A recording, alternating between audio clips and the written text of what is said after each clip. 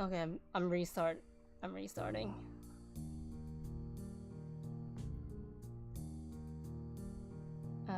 First I'll pause this so people have a chance to get back.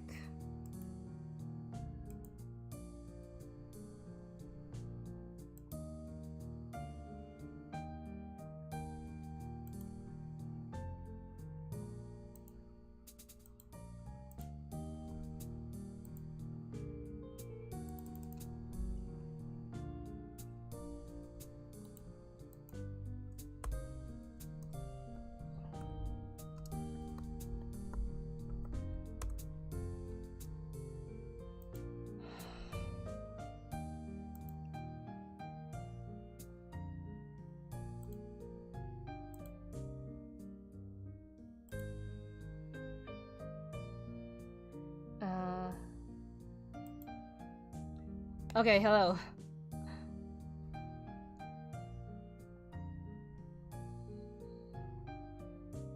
No audio? According to my sound system, it should be working. Can you hear me now? Let me just reset. Oh. You'll see. Okay, return. Yeah, because like I said, as of late, we've been having bad weather. We've been having bad weather where I live. So, my internet will drop out every once in a while. But this is the first time my internet dropped out in a stream that isn't Skyrim. I put the note down on the desktop and lie down on the bed, feeling drained. Lying there makes me want to read something, but I have nothing with me. I wonder if the hospital conditioned me for wanting to read when I have nothing to do. Yeah, I will really need to go into overtime now.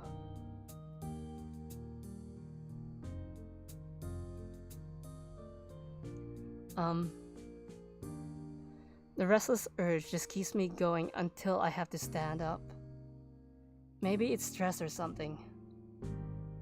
I was pretty nervous about it before coming and for the entire day today too. I still am, I think. Damn, I have to distract myself somehow. So I wouldn't be this it won't be this unnatural all the time. Tomorrow, I'll go borrow some books from the library. Yeah, I'll do that. But for now, the bottles of medication neatly arranged on my night table catch my eye. This is Zeus punishing me because I hate Zeus. I pick up one and shake it just to hear the contents rattle inside, and then read the glued-on pharmacy label.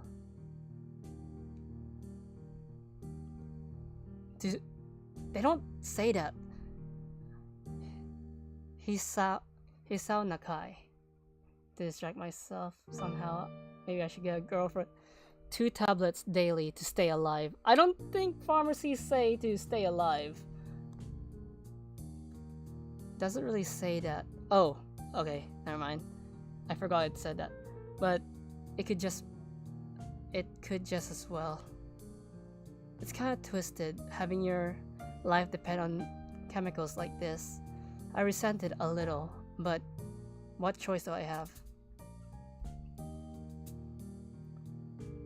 Or several of them? What do you mean several of them? With a sigh, I began my new daily ritual of taking the right number of pills from each bottle, being careful to check the correct dosage. I lie down again, feeling hollow and uncertain, and after that, I kept staring at the blank, unfamiliar ceiling for a long time. I know Ragnar's excited to meet that girl. It doesn't start looking any more familiar, not even after darkness falls and long shadows draw across my room like fingers. The sheets feel suddenly more comfortable, warm and nest-like, against the chill that passes for room temperature here.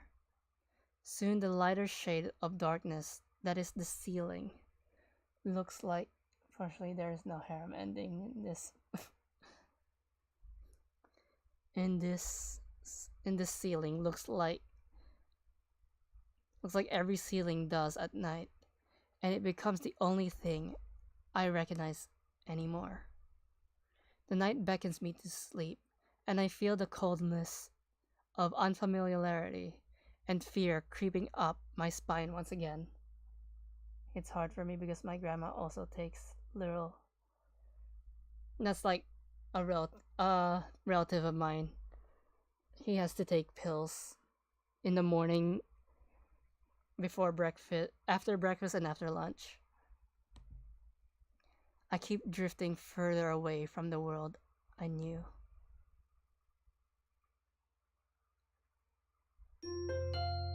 Ragnar and I has an inside joke with this. Katawa Shoujo.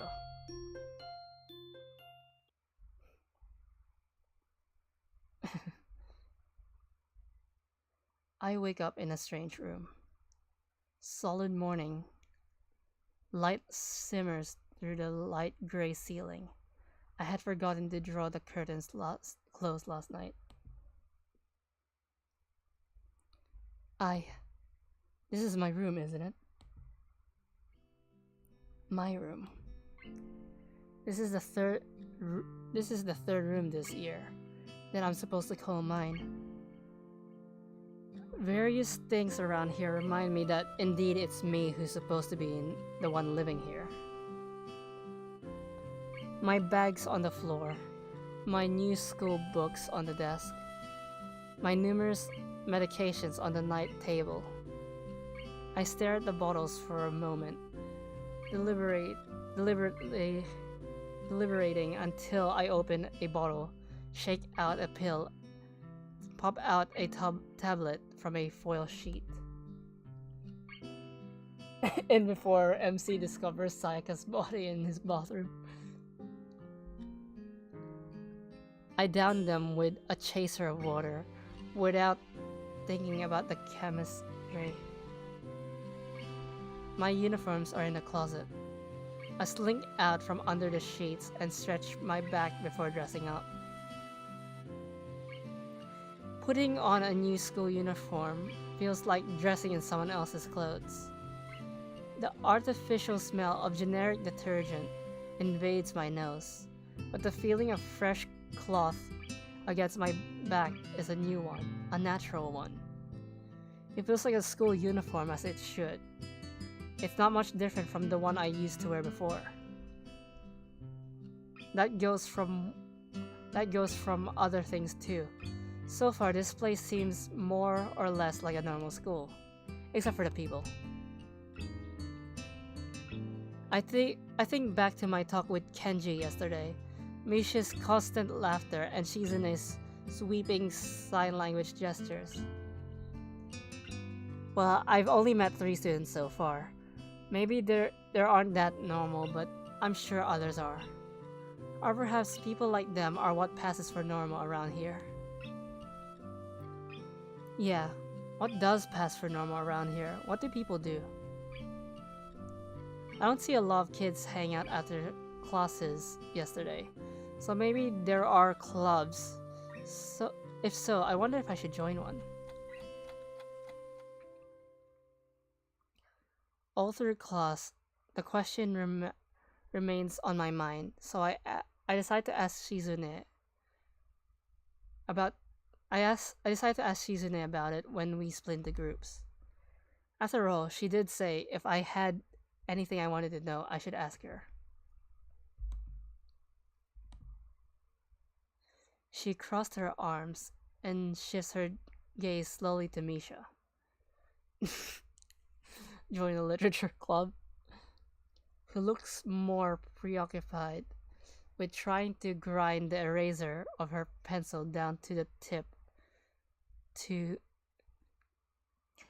the tip is perfect and evenly, so that the top is perfect and evenly flat. She's flips off. Sorry, Shi-chan. Is there something you wanted from me? Oh, I see. That's a good question, Hee-chan. My first thought is that she doesn't... I saw my cupcake first. Oh. She doesn't know which is where... Which means she doesn't... My first thought is that she doesn't know, which is worrying. Maybe I'm being too negative. Well, anyway, Misha doesn't prove me right. Mizune was throwing gang signs and now realize I don't have a weapon. Oh, that's right. Everyone is encouraged to join a club. A lot of people do so because there isn't really anything else to do. There are also school events like the festival coming in a few days. Also, every student in the school tends to help out with it, doing whatever. So, you actually transferred in a busy time. Maybe you could help out too. Sure. What's the festival about? Misha freezes. Ha ha ha ha ha ha ha ha ha. Ha.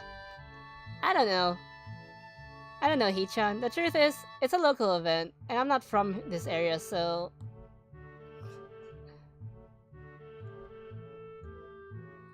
She starts citing desperately to Shizune, asking her to bail her out.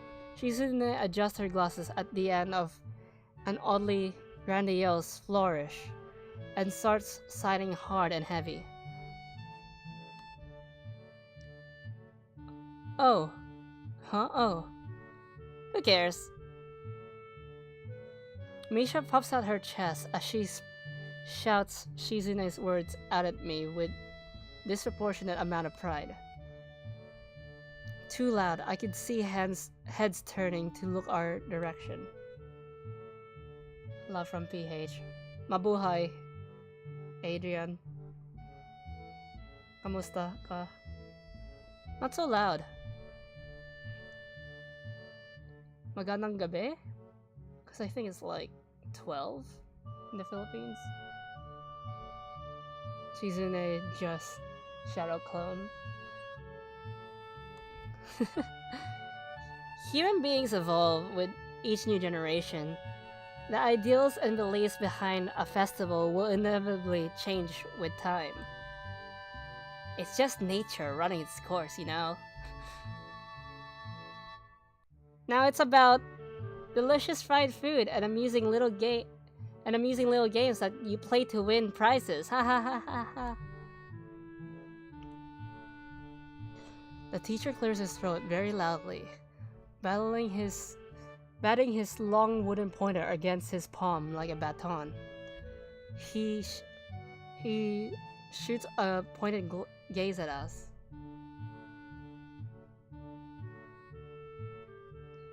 Finally noticing where we are, Misha stifles a yelp, quickly quiets down. Shizune doesn't seem embarrassed at all, though, brushing it off without a care.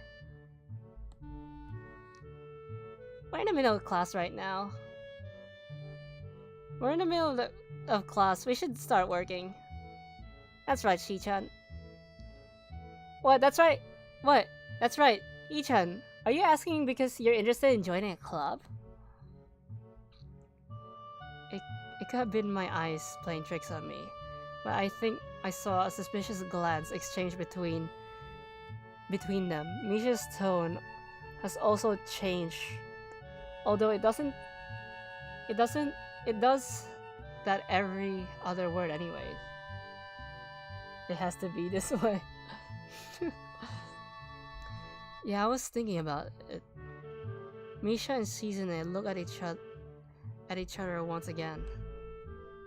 I'm about to ask what they have in mind when something dark flatters in my peripheral vision, catching my attention. Out, out of the corner of my eye, I see the girl with long dark hair getting up from her desk and slipping silently towards the door. It doesn't seem like she was working in any group, and no one seems to notice her but me. I glance at the teacher, who's also looking at the dark haired girl go. Why doesn't he say anything? Hee-chan, is something wrong? Mikan! Mikan! Wait until you hear. I already told you what voice I'm using for her. Do I look as uneasy as I feel? Or was Mishan just looking at me, looking after the girl who left? No, nothing. Okay, well, like we were asking, you don't have any plans for lunch today, do you? I thought about going to I thought I would go to the library and pick up some books. Not really. Do you want to have lunch together then? Sure. Yay! Ha ha ha. Okay, Hee-chan, perfect. The rest of the class passes uneventfully. The girl with long hair never came back. The thing is, that character is also very, very shy and has social anxiety. Before I have time to put any more thought into where she could have gone, that teacher informs us that it's time to stop working. Shizune looks more than a little annoyed that we only just managed to finish all our work on time. I'm just glad we finished it all. It's not a contest or anything. Yes, it is, Hee-chan. Impossible. Really? Really. I've noticed this before, but it's kind of funny how Misha is always moving her hands and signing not only everything she says, but what everyone else is saying at any given time. Obviously, it must be so Shizune could understand it. Her eyes dart back and forth between Misha's hands and mine. And me. Sorry. Today, Shizune taught me that sign language from blog. I don't know who I'm supposed to be looking at. I'm talking to Misha, but that might be wrong. Maybe I should face Shizune. I'm used to looking in the direction of the person whose voice I'm hearing, but really, Shizune can't hear me. But it would be disrespectful to talk to her only through Misha. Then again, isn't that what she's doing? No, she's at least looking at me. This is all very confusing, and all take some time to get used to.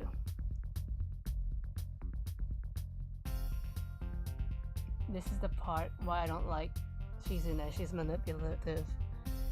It's a contest because contests are competitions over a prize. If there's no prize on the line, it's not really a contest. Oops, I read that wrong. I used Misha's voice. Shizune's eyes flash dangerously with a competitive glare. She stares at me as if surprised that I'm challenging her. I think maybe this is a contest to her. I never noticed how dark and blue her eyes are. It's truly an alluring gaze. If you don't understand, she can't have any influence on you. Are you sure, Hee-chan? Very sure. Hahaha, you're wrong, Hee-chan, because I don't want to be the slowest one in the class. Therefore, what's on the line is my confidence in my abilities, and the prize is the satisfaction of proving them. Ahahaha. Shizune pushes her glasses up to the bridge of her nose in a very matter-of-fact way. Yeah, but she does the talking for her. I'd argue more, but the bell rings and she quickly gets up and packs her bag, looking at me expectantly. I had almost forgotten that I was supposed to have lunch with them. Where do you want to eat? The cafeteria? That's so plain. Okay, let's go. This time. Hello, Luna. Pain. Oh god. Plain? Well, I guess. Yeah. You pretend you're more... But only when Misha talks. At my old school, I like to eat outside near the back of the building. It was a good spot, but I didn't find it until near the end of my freshman year. I wonder if there is a similar place to eat here. Misha seems to imply as much. Shizune and Misha pulled me towards the cafeteria, which is surprisingly not packed. Maybe some students favor eating in classroom or outdoors. In classroom, they forgot the S there. I saw some of my classmates had boxed lunches. After we finished eating, Misha picks up where we left off earlier.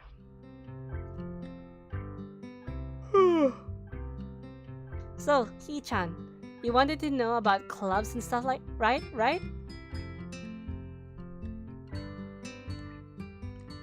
Shi-chan? Right, Shi-chan? Okay, I guess it makes sense to ask first. Exchanging little nods of confirmation, they turn to face me again. Misha straightens her posture as if she is about to deliver a speech. Hee-chan, do you have anything you're interested in? I used to play soccer, but I'm not really into it. I don't follow the teams and players or anything like that. Ragnar, who is best girl? It's a spoiler. I mean, right now, so far so good. As of late, I usually just read a lot. There is a book club, right? Shi-chan? Right? But it seems like they have all the members they can possibly have right now. Sorry, Hee-chan, it's a really popular club. Okay, but more to the point. Hee-chan, does this mean that you don't have anything already in your mind? Not really. Good, great. Doesn't look like it will. We'll meet her soon, but I'll be streaming before we get there. That's great, Hee-chan. Really great. Ha ha ha ha ha. Why is it so great? No reason. Well, Hee-chan, other clubs and the upcoming festival, there is one more thing. Student council. I see. I didn't know this school had a student council. That was very melodramatic. That was a very melodramatic setup, though. Just to tell me that. I'm pretty sure the two of them know this, because Shizune looks a little embarrassed about it, and Misha is laughing. Shizune quickly retakes control of the discussion in a manner of speaking. After all, it's still Misha who has to voice whatever she says. Just knows, so I think. Yeah, I'll let you know. Right. Hee-chan, maybe you should join the student council. They could use more people. Yes, definitely. You should definitely join. Why? Well, for one, you get to hang out. We get to hang out every day. I don't want to hang out with you though. Hee-chan, Shi-chan and I are in the student council. Actually, Shi-chan is the president. I'm starting to get the suspicion that Shizune and Misha might not exactly be the most unbiased people to talk with about this. white-haired... What? As if reading my mind, Shizune quickly adjusts her glasses and signs something to Misha. Haha, of course, we're not trying to get you to join just because it would obviously benefit from you joining the student council, and therefore have an incentive to try and get you to... So you're admitting to that. Haha, no, we admit nothing. I mean, Hichan, of course it would be nice if you joined, and we'd appreciate it. But even without all that, joining the student council seems a healthy interest in the workings of one school. Yep, it's true. It's just you because my stream didn't crash on my end. Like, according to Streamlabs, everything's going well. Yep, it's true. Besides, don't you want to spend time with us after school, Hichan? I can't tell if she's being genuine or if this is just really good acting. Both of them seem to be trying hard to look their cutest. Although, they are pretty cute to begin with. Well. So it's settled then. Welcome to the student council, Hichan. What? No, no! Aw, Shi-chan? Shi-chan, of course it wouldn't go so easily. Yep, that's right. Though, it would be boring if it went through that smoothly. Oh well. Shi-chan owes me candy now. I'll hop in your stream later. When I'm done. You were betting on it? Hey, my life isn't a game here. Shizune seems very intrigued by this when Misha shines it to her. The aggressive glint returns to her eyes. Ahaha, that's interesting. Hichan, let's play a game. That's not what I said. How about Rich Man, Poor Man? Hichan. If you lose, you have to join the student council. No, absolutely not. Oh, why not? Well, because you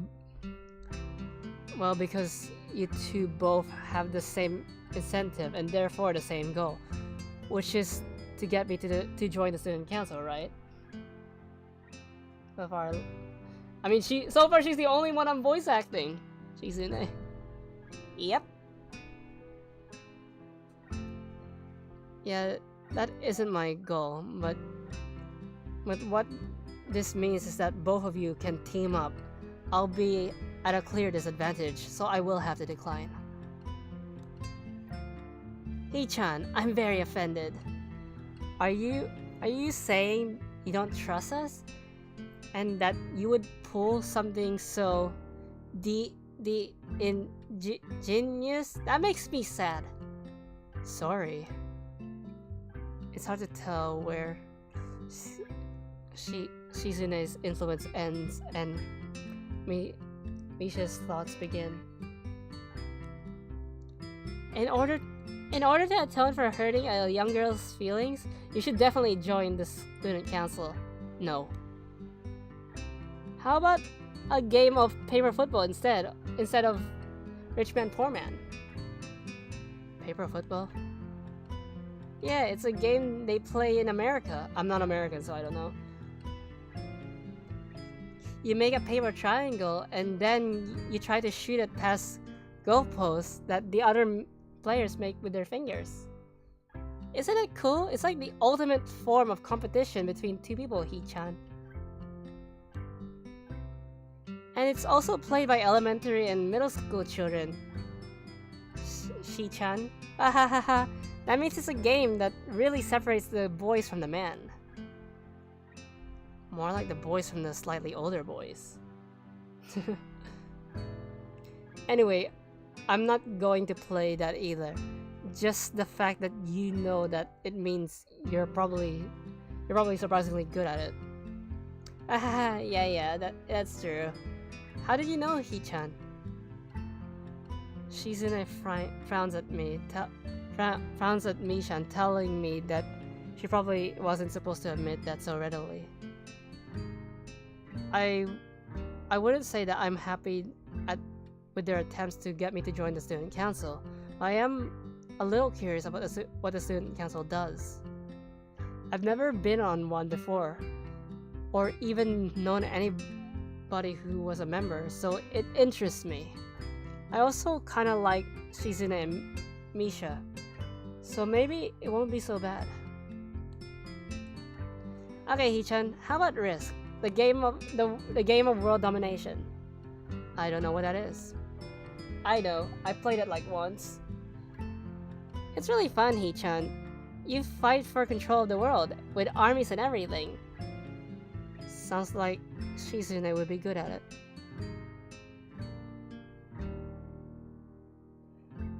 Alright, I'm watching this in public. If you wanna play, we can after school. Huh? Really, Shi-chan? We could play just for fun? We could play just for fun, Hichan. Shi-chan hasn't played in a long time, so if you want to, there's no strings attached. Well, okay. After they play Risk, they go to the library and you meet the quote-unquote best girl. So. Okay, perfect. Okay, perfect. We'll see you after school in the student council room, then, Hichan. Wait, why there? Because that's where we keep the game. I grimace to tell them how much I do not like this, but it's more for show than anything. Whoops. Did I miss anything? Oh, I did. So in the end, I agree, but only after getting Shizune to acknowledge that I don't mean anything concrete, just by accepting to take a look around and play a game with her. Lunch ends and we go back to class.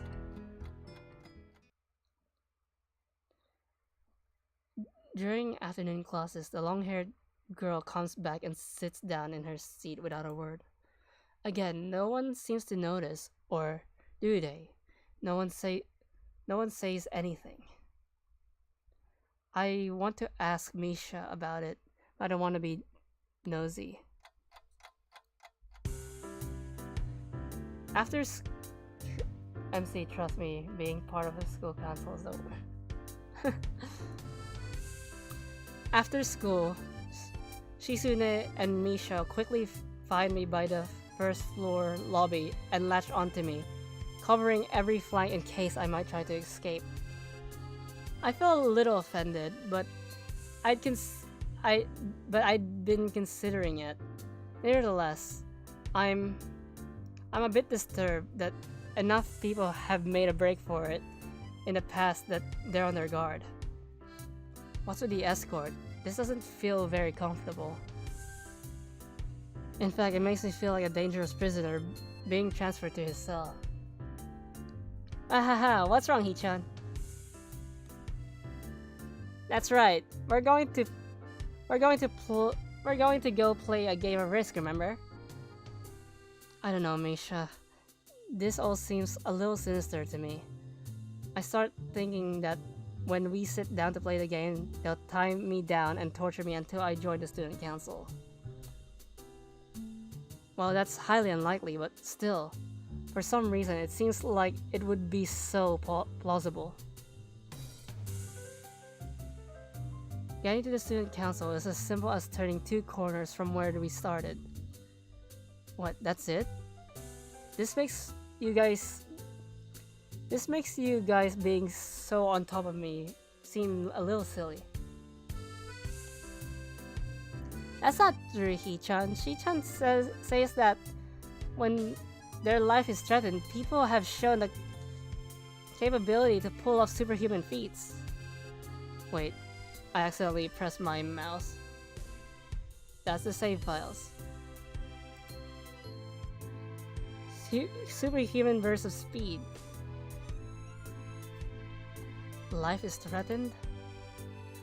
Her expression, unchanging, Misha assigns something amusingly to Shizune, who makes a baffling face and puts her hands behind her back, looking pleased with herself.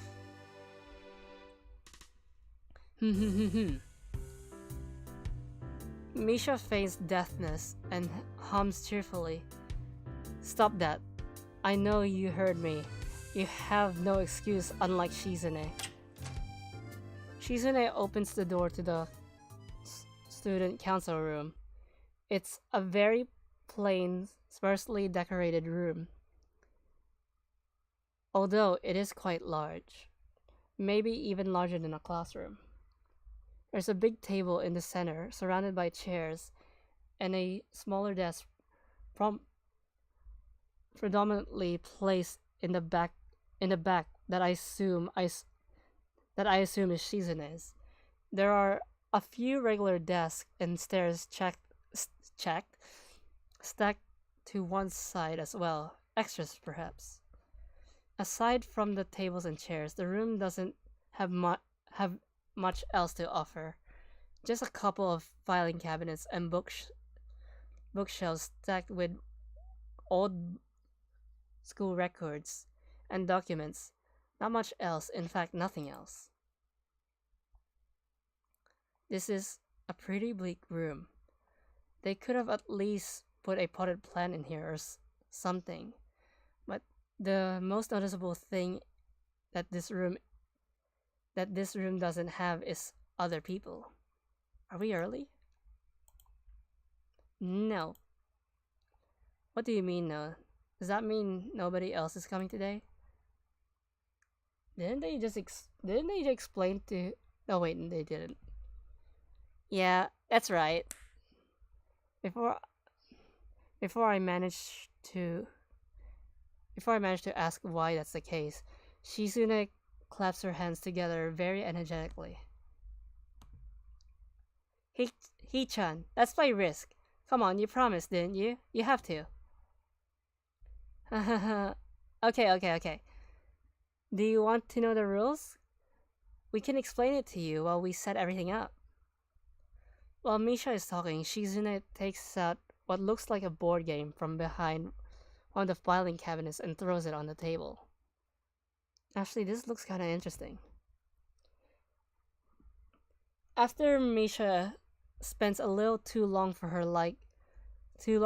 liking running through the basics with somewhat vague and confusing tutorial, Shizune cuts in and declares the game has started with a decisive motion, slicing her arms through the air.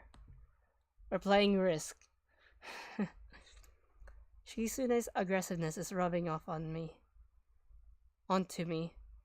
I start feeling more competitive than I intend to be when I agree to this. Halfway into the game, while I try to ponder how to defend against Shizune's assault from two fronts, she breaks my concentration by hammering her fingers on the table to get my attention. He-chan, Shizune wants you to know that you are taking too long to make a move. She-chan says that she would let you keep Australia. Yes, let me keep my home. If you agree to join the student council. I thought this was a game with no strings attached. MC asks Shizune to play Uno, but she tells me she has the oldest Xbox in the world. Just the fact that she would dangle that over my head as an offer means that she knows I care about the outcome of this game. And anyway, no. She-chan admits your fighting spirit and would be a benevolent dictator who will spare your people if you agree to join the student council. Hahaha. You're so competitive, Shizune. She seems to take this as a compliment. I would expect the student council president to be a little more magnanimous. magnanimous? She doesn't seem to know what that word means or how it's signed, so she pulls out a piece of paper and writes it. I even do this to Danganronpa. Piece of paper and writes it for Shizune, who returns it back in. Who returns signs it back to Misha. Misha presses her index fingers against her temples, as if trying to physically imprint the word into her memory. Suddenly, Shizune bursts into a flurry of gestures. Misha looks daunted by the pace of her heated signing. Wait, slow down, Shi-chan. Hi-chan. Shi-chan says you're going to lose. Tell her I will crush her world empire with my rebellion. Okay. Those eyes of hers shine with childlike mischief.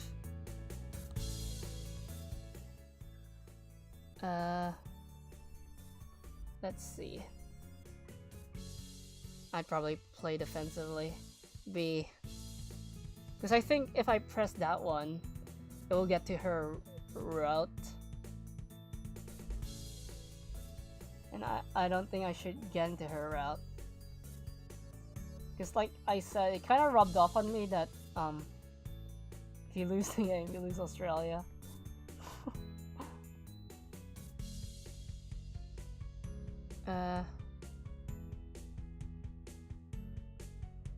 Attack. I just attacked. I will defend Australia. She is either mocking me or trying to trick me.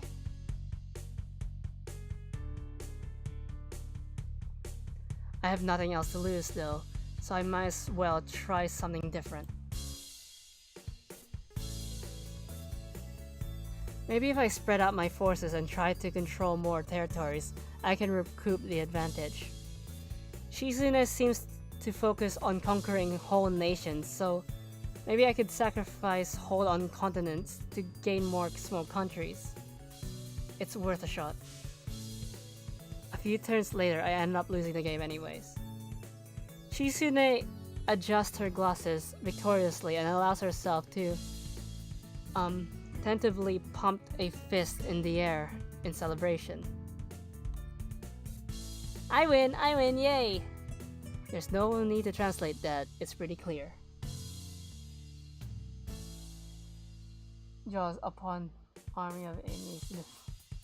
Call up the infamous Emu Wars. Don't look so sad, He-chan. You're really giving it your best. That's what I thought. Sometimes your best isn't good enough though. If anyone knows that, it's me. You did very well for someone who just learned how to play today. He-chan, you attacked Iceland and North America at the same time. That's a very daring move. Shi-chan is impressed. The mark of great people is that they are daring and that they can follow through. You're already halfway there. Isn't that great, He-chan? I don't know. That isn't enough. That isn't enough though. Just potential isn't enough. There is no point to potential if you don't take the first steps. And there's no point to do that if you don't keep going. I want to see more. That's right, Shi-chan. But that's so demanding.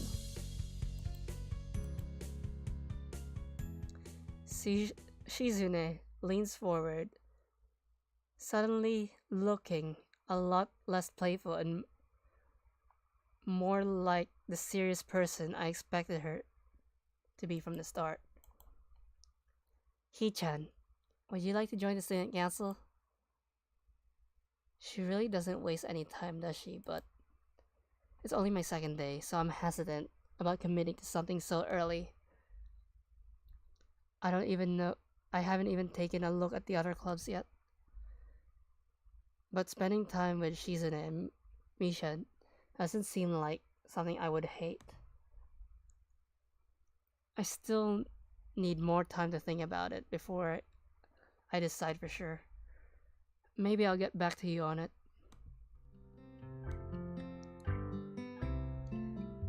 Okay, Chan, but I hope you're not just saying that so we don't feel bad. No, really. Really? Ichan, if you're going to say that, you're saying that is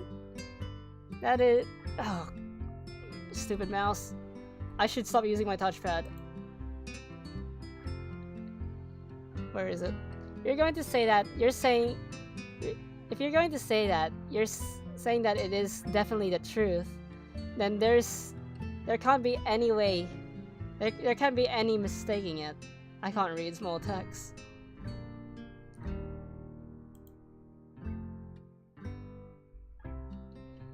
I know. I guess I should have my revenge for losing at the very least. Shizune smiles at that in a mischievous way. Mischievous way. They look similar to me. That feels like twisting the knife in the wound of my loss. I take a glance at the clock on the wall and I realize I've spent far longer playing Risk than I expected. No, it's a touchpad. It's very sensitive.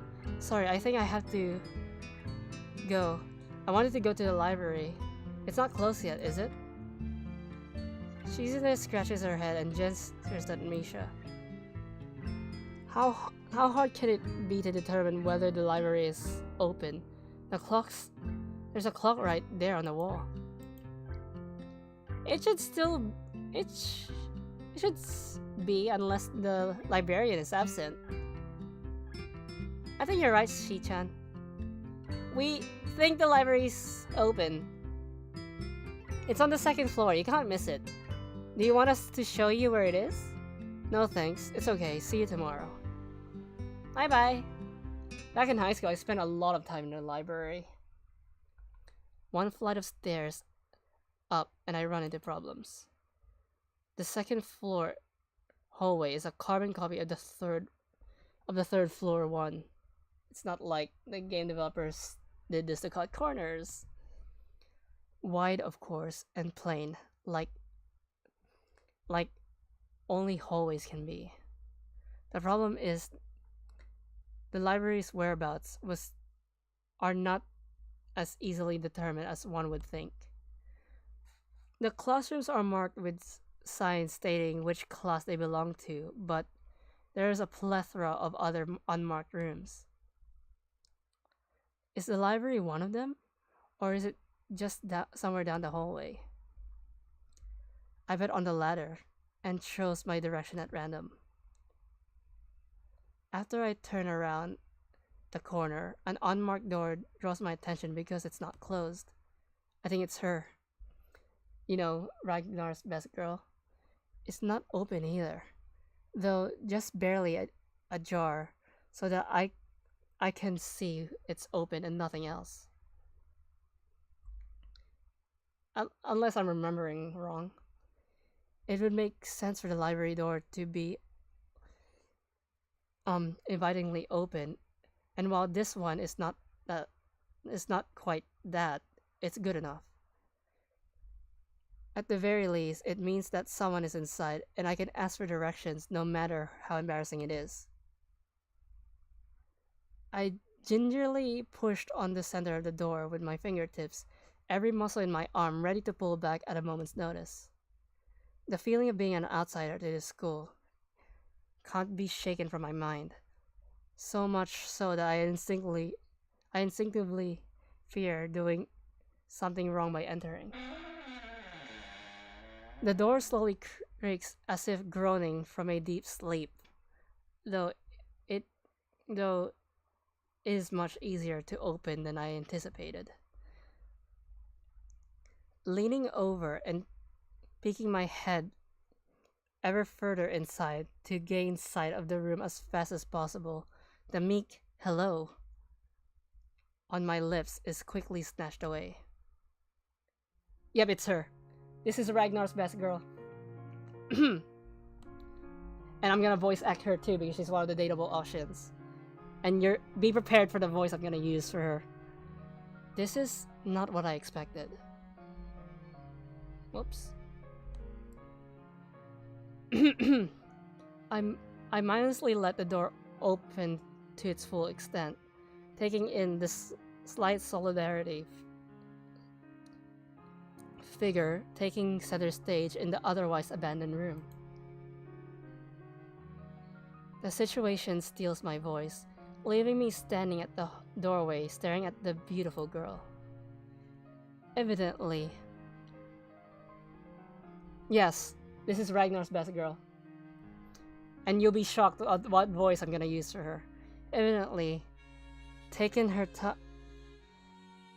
having taken her time to access the situation, the girl gently puts down her teacup, there's no teacup there, and opens her eyes but doesn't look at me. Hello there. How may I help you? Staring directly in front of her, the movements of her lips seem to break the silence rather than the words. However, it's the soft, measured voice that reminds me she's a being separate from the room itself. Not only is she likely the tallest girl I've ever laid eyes on, but even among the foreigners I've met, she's strikingly distinct. Oh, hi. Sorry for intruding. I was just kind of lost. She takes a moment to formulate a response before speaking. Every action she takes feels as if it's carefully choreographed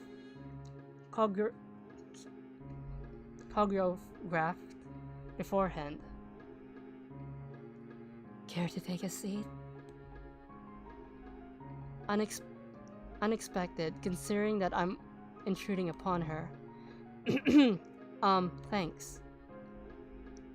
I slowly take... I see the tall girl. Seagull. I slowly step towards another seat opposite her. The girl resting the teacup in the saucer on the wooden table in between. The way she doesn't track my movements with her head is telling. That and the slight cloudiness in her eyes means she must be partially blind, like at least I can't read. She must at least partially wait, what? At least partially blind, like Kenji. Like I said, I can't read and I myself is partially blind. Come to think of it, her voice doesn't have any detectable accent either. I guess she must be half Japanese. As I take my seat, her composure takes me slightly off guard. Her air of relaxed confidence takes the silence entirely comfortable. The calming atmosphere is so different from the student council office. I take it you're a new student to Yamaku. Yeah, I transferred in yesterday. I get the distinct feeling my speech patterns doesn't match the formality of hers, accentuated by her restrained bow of greeting. One of which I hasten to match before realizing the futility of the action. I am Lily Satao. Wait, I am Lily Satao, yeah. Pleased to meet you. Hisao Nakai. She gives a light nod before gesturing roughly in the direction of her teacup. Would you care for a drink? Sure.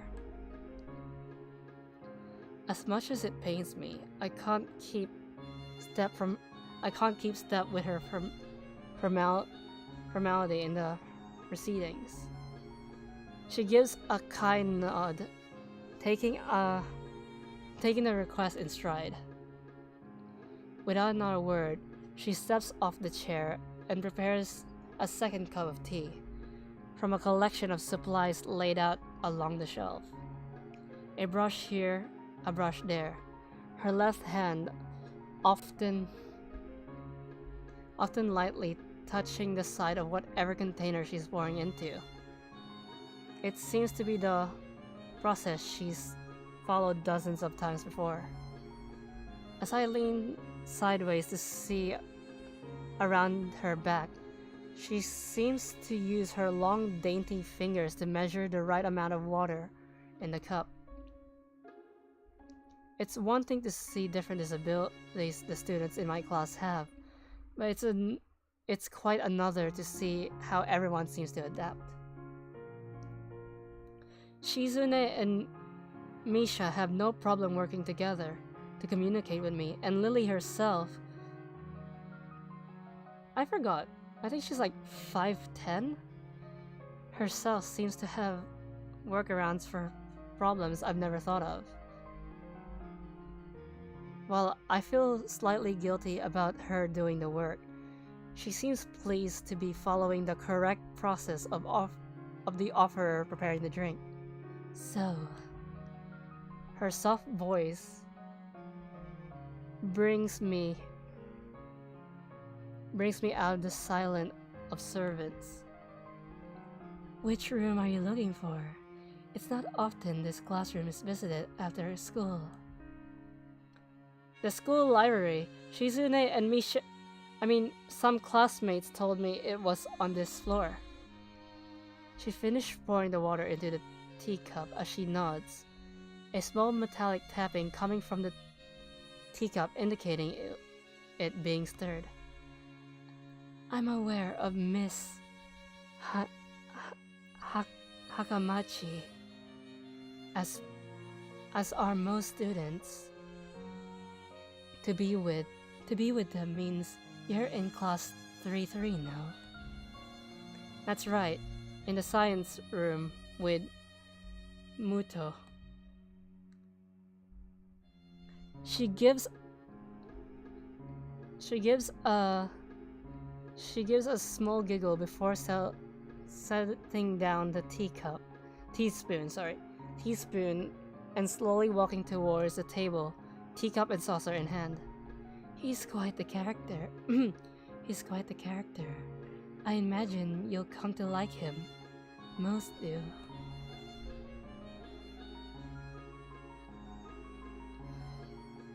As she sets down the tea, I gently take it and have a sip.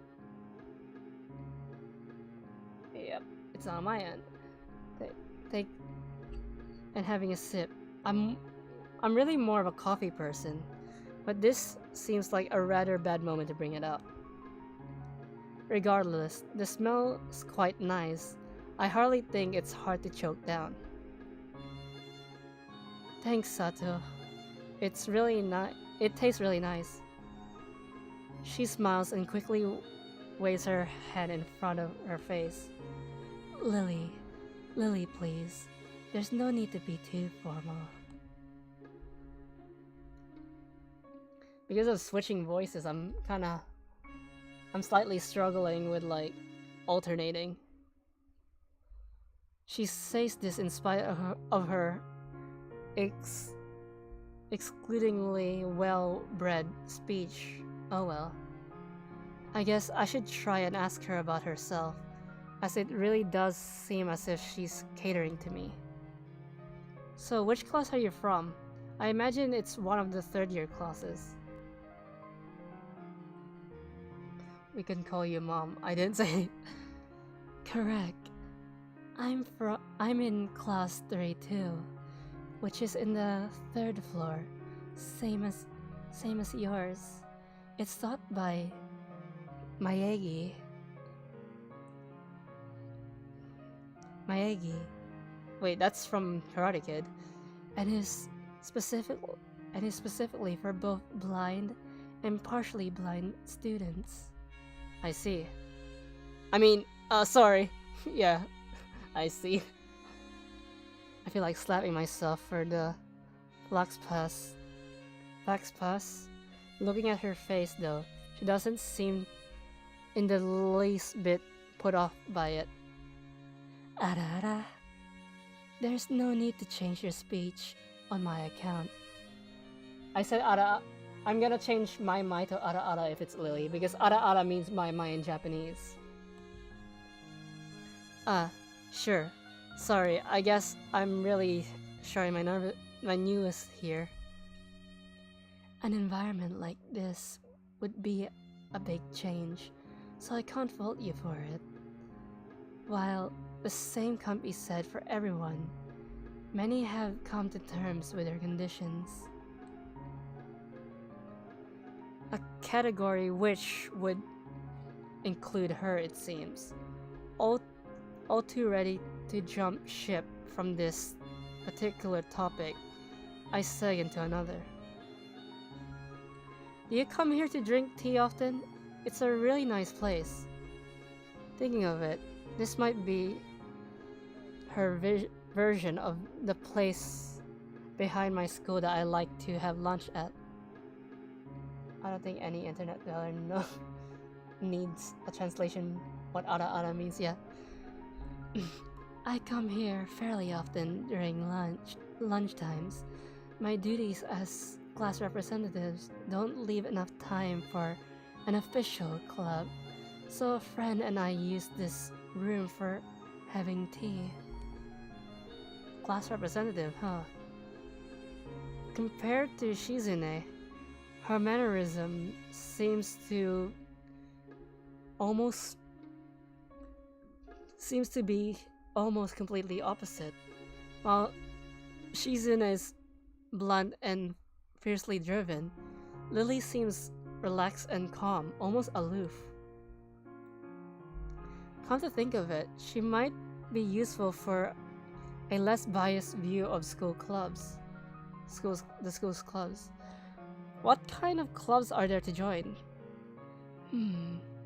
The popular ones are the track and field club, which uses the field near the school during lunchtime, the baseball club and the book club in a room near the library.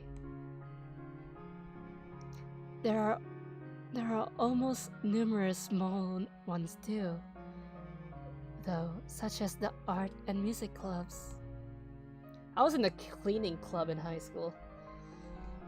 At a time when I'm just wanting to get on my feet, rushing into a club right away seems slightly unappealing.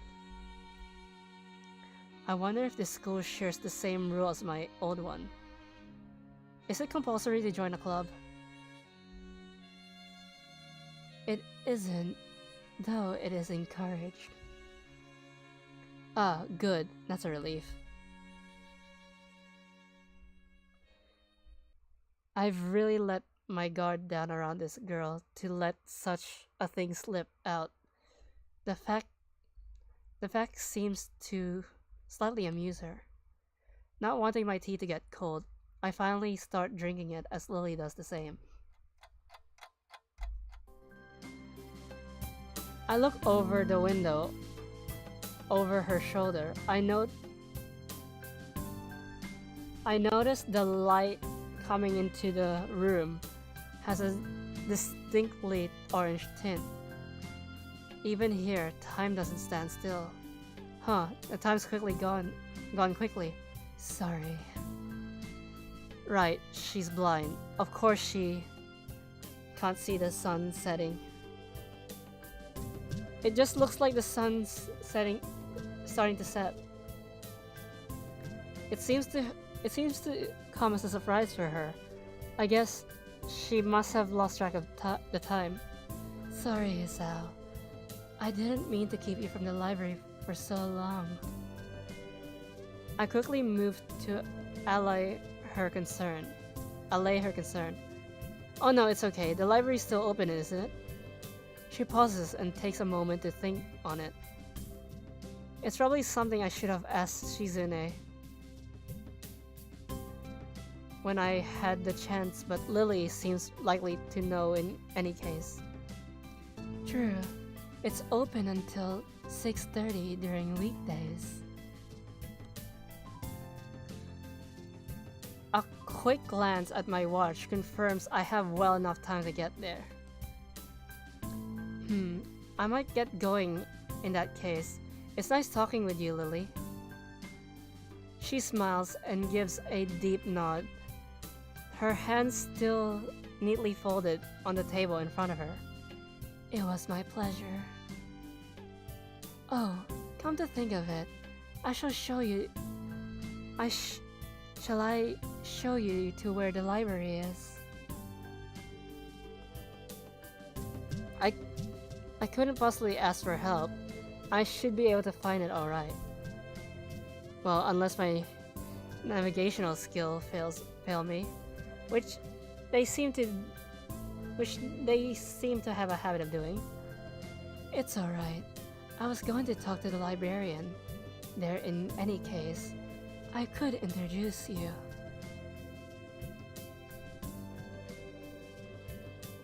Can you say ara ara? Wait, you said you're deaf. How can you hear me right now? Fine. I'm stretching. Ara ara.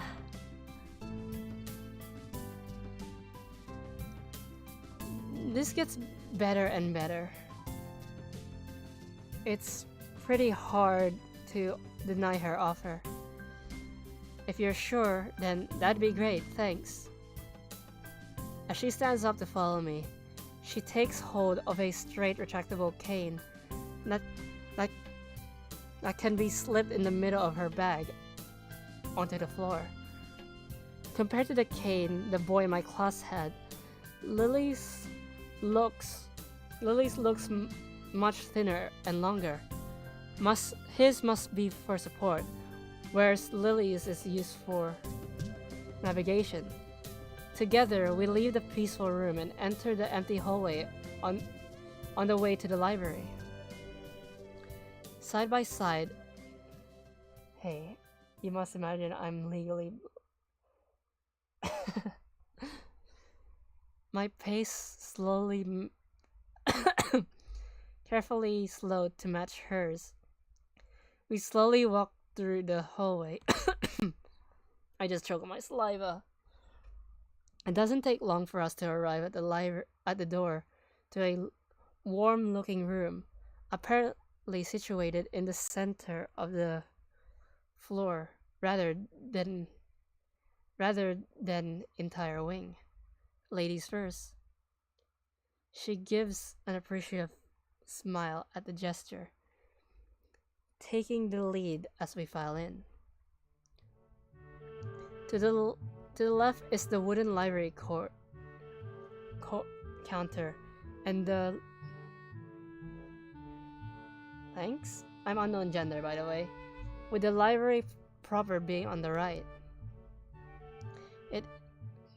In high school, we never had clubs.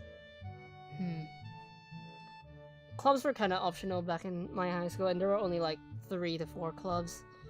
It easily dwarfs my old school's library, but with the distinct smell of old books giving the place an almost old world air.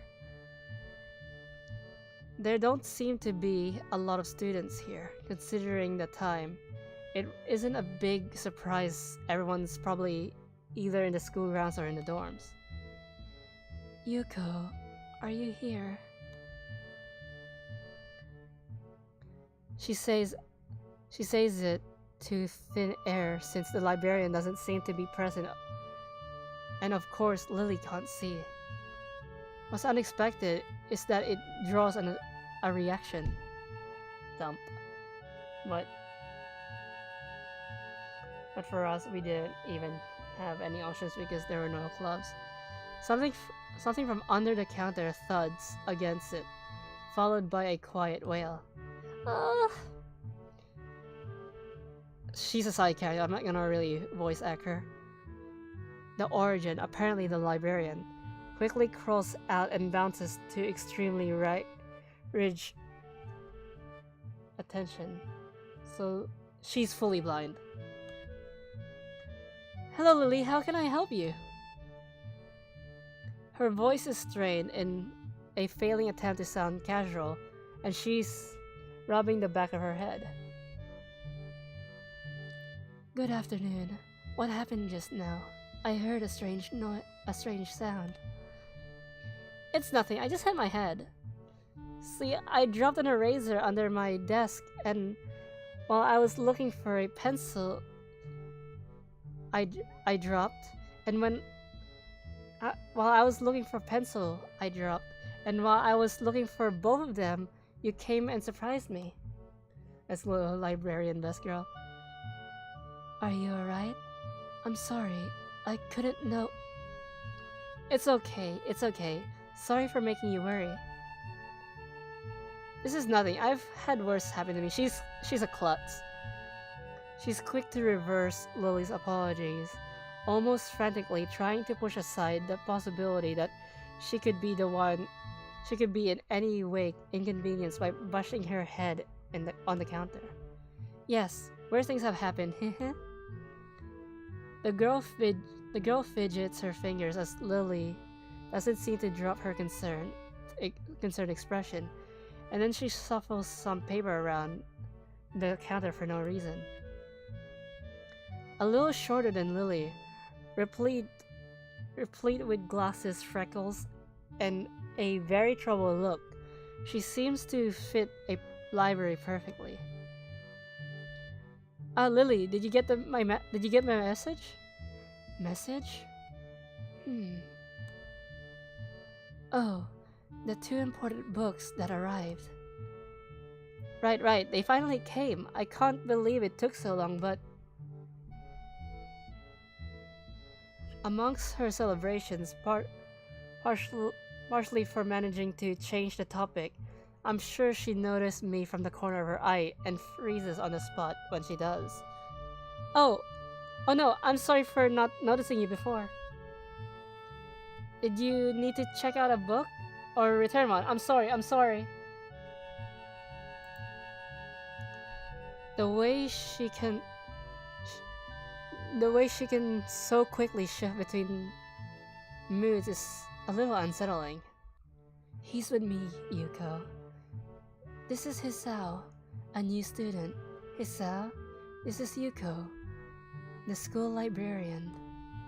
Pleased to meet you. Hisao, right? Hisao. Pleased to meet you too, Hisao. You don't need to say Hisao multiple times.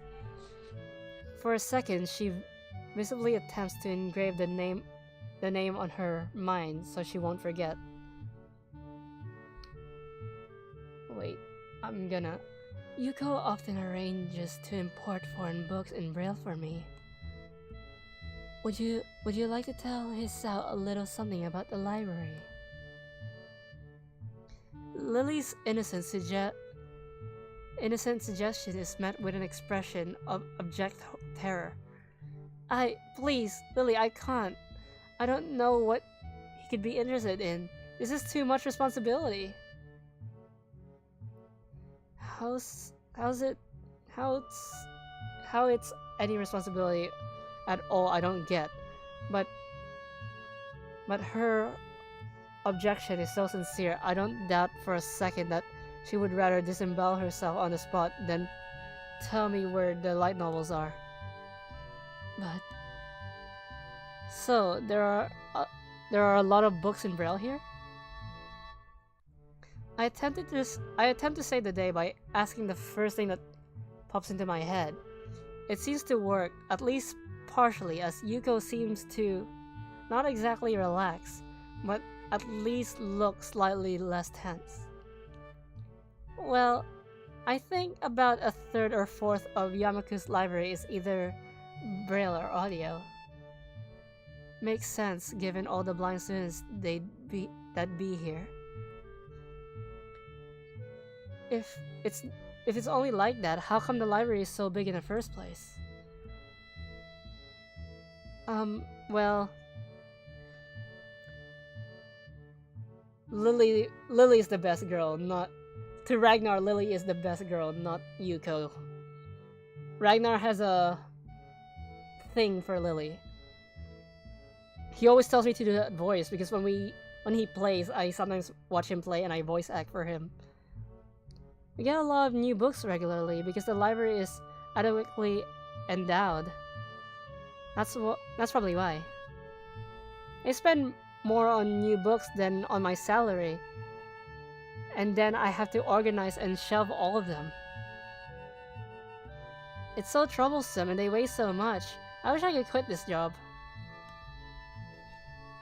A very awkward silence follows this revelation of too much information. I'll go check the aisles then if you don't mind. It's probably best for all of us if she doesn't keep talking to me. Very well. Meanwhile, Yuko, I would have those books if it's alright with you. Uh-oh, here comes another girl. My first impression was right. The library is surprisingly big. I'm blinking down the aisle. I studied the spines of the books in random order, occasionally sliding one out to read the blurb, taking it with me if it looks good. A few moments later, I have a respectable stack of books in my arms. I guess I'll never be stuck for choice in here. The normality of the library sinks in. Sure, there are large print and braille books scattered throughout, but it is what it is, a library. So this is... Yeah, we met 3 out of the 5 girls. You'll see. You're calling her Mikon? It's as if the calm mood from the room I had tea with Lily in snuck with us in here, unless it was here to begin with. Something about that puts me at ease, just like before. Wait. No, we only met 3 because Misha is technically not a dateable option. Misha is like auxiliary. Like she's the bad ending for Shizune. Like the bad ending for Shizune is that you cheat on her with Misha. So technically there's 6, but the game advertised 5, but technically there's 6. Misha being the 6th. I reach the end of the aisle and find a collection of desks set up for study or personal reading. Going a little further I discover a nice quiet corner at the back. Oh wow, the game wants me to save here. I'll save in the future. While the rest of the library has the odd student sitting at the desk either reading or stealthily sleeping, the back is pretty much deserted. As I glance around, I see no one who I recognize sitting on one of several beanbags. Someone I recognize. It's the dark-haired girl from my class, the one who snuck out of the classroom earlier. She's reading a book, keeping it close to her face, which makes her look like she's really into it. From the way she's acting today, I had her pegged as more of a delinquent than a bookworm. In fact, her mysterious appearance from the class raises all sorts of whys in my head. Intrigue flows slowly but surely towards the surface, and before I know it, I'm walking towards the mysteriously long-haired girl. I guess there's no harm in introducing myself. I would with anyone else. She's a classmate after all. Walking over to another beanbag. Pegged. I take I take a seat and lay out my books beside it. The girl starts looking scaredly up at me from underneath her fringe. This is the first time I've seen her up close. Underneath her long, dense bangs, I could see the part of her face. At least a third of, if not half, is badly scarred. Her eyes are immediately drawn. My eyes are immediately drawn to the scars, subconsciously peeking past her hair until they meet her eyes. Her eyes. You're playing a dating sim? Yeah. I'm also voice acting. For a second, I am shocked and divert my eyes to the book in her hands before I realize that looking away probably makes it worse. Let's see. Hello, Rays.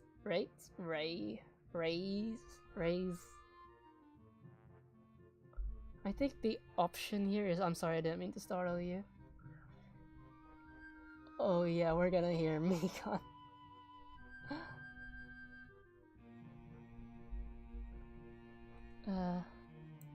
Didn't mean to startle you. Sorry, I didn't mean to startle you. Oh, it's okay.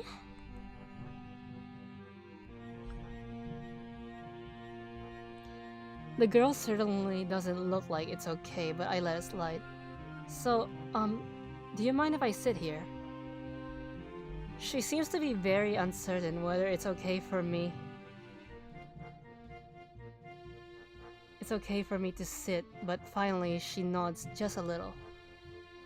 Okay.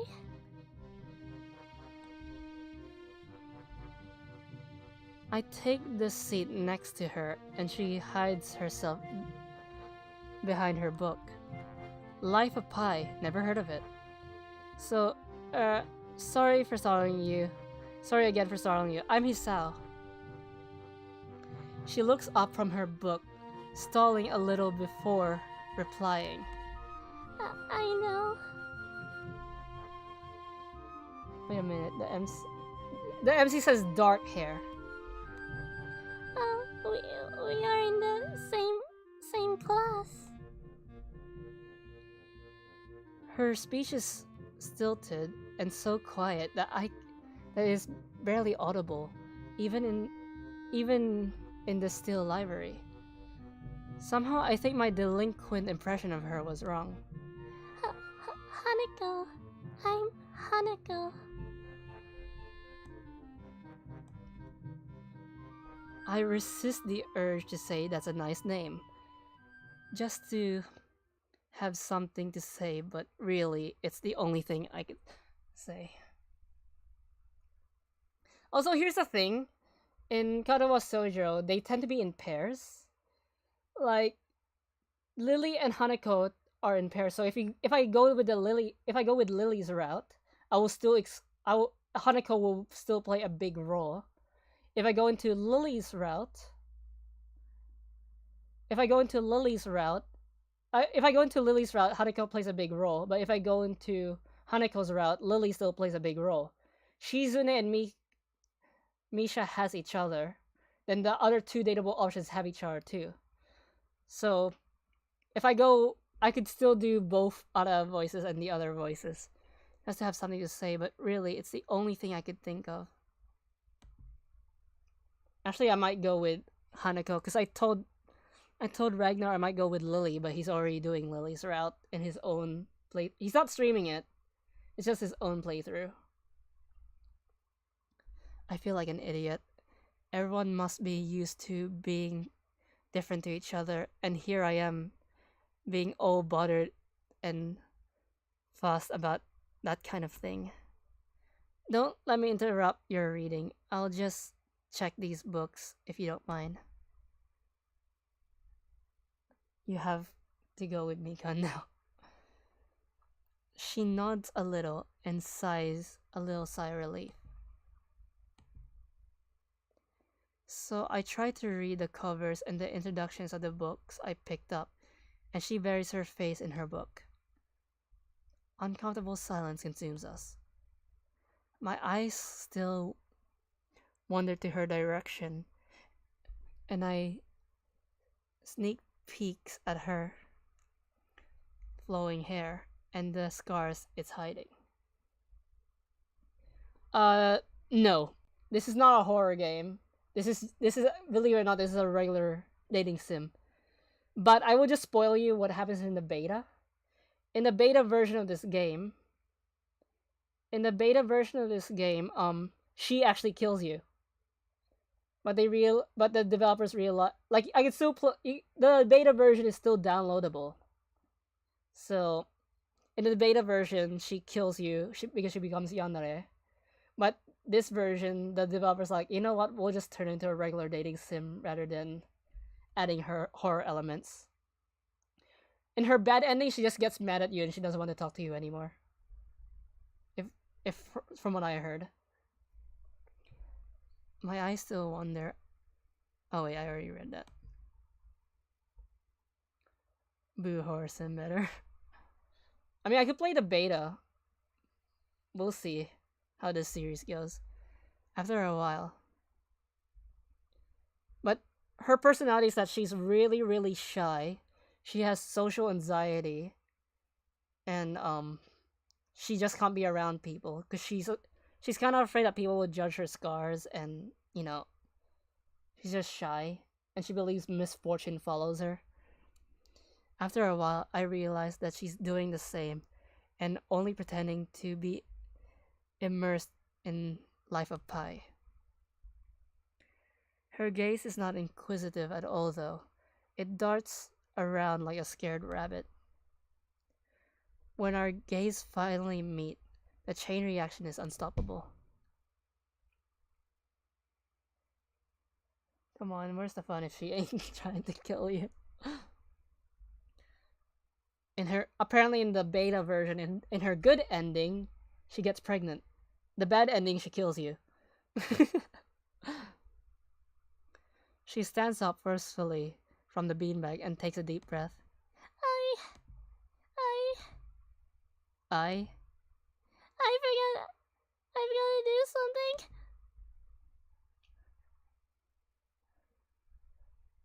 Without warning, Hanako takes off and runs towards the counter. Her hair-like takeoff catches me off guard, that I didn't manage to go after her until she has a good head start. By the time I reach the counter, she is nowhere to be seen. Lily and Yuko are happily chatting away. Knowing that I won't be able to catch Hanako myself, I approach the girls. Hey, did you notice a girl run past here? Hey Hanako, is that a bloody knife in your hand? That's like super hot. Maybe. What did she look like? Long dark hair, kinda shy. She had, well, scars on her face. You wouldn't be talking about Hanako, would you? Yeah, that's her. I saw her reading and I tried to talk to her, but I think I scared her off or something. Oh dear. Yuko, would you excuse me? I had better try and find her. Sure, I'll just hold on to these until you come back. What's going on? I'm sorry, but I'll have to explain it to you some other time. Right. I'll see you later then. Lily hastily grabs her cane and hurries out of the library, leaving me alone with Yuko. I don't think I'll ever get the hang of this place. Should I meet the 2 other dateable options today, or should I just end the stream? Did I do something wrong? What did you do? Yeah, you got it. Yeah, she survived the fire. The fire also killed her parents. I could explain more details, but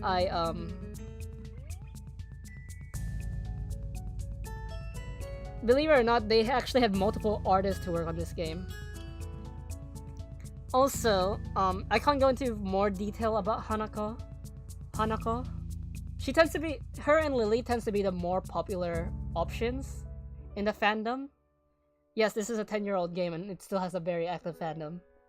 Hanako and Lily tends to be the more popular options. People tends to hate Shizune. Meanwhile, the other two dateable options, they're just kind of there.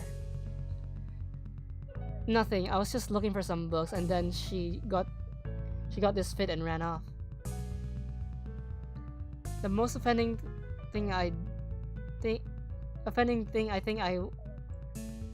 can think of was when I must have looked at her general direction a few times. Well, she is a very timid girl. You have to be very careful.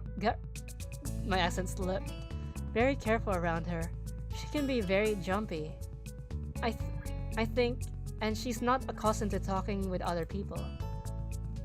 Well, Lily's her only friend because she can't really talk with anyone. Isn't that a bit strange? I wonder. It's just how she is, I think. Also, Raze, if you're still here, this is something that I can never show in stream. Where is it? The adult function. Because that will get me banned. Doesn't sound that convincing. Then again, maybe it's just the norm around here. Everyone has their own problems, or else they shouldn't be here. But how should I deal with these people? Forcing myself to act overly casual only makes me feel phony. Wait, let me just refresh my second screen. Like, I was supposed to ignore the elephant in the room.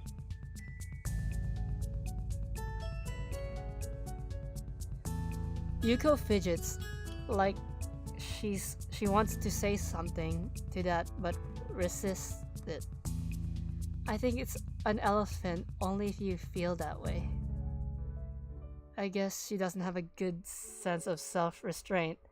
It makes me smile, and she blushes heavily.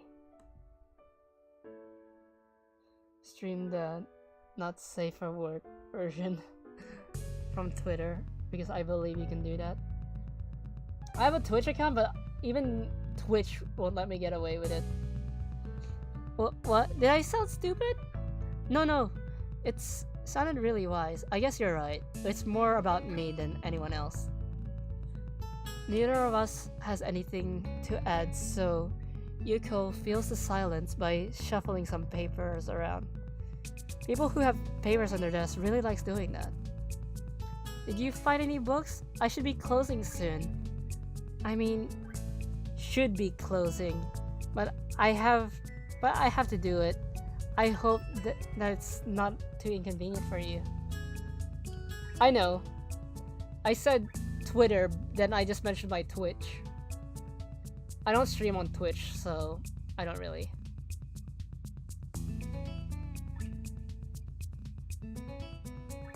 I don't know. I know you could live stream on Reddit. Oh yeah, I want some books, but I left them over there because I'll just go grab them. I fetched my stack of books from beside the beanbags where Hanako and I were sitting and returned to the counter. Wow, you read a lot, don't you?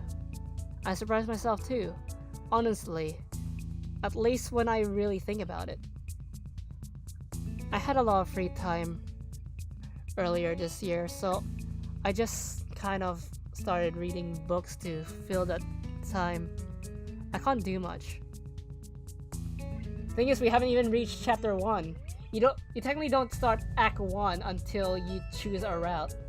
Just once you choose a route in the introduction of the game, you're set on that route. You can't change the route anymore. I see. I keep accidentally pressing that button.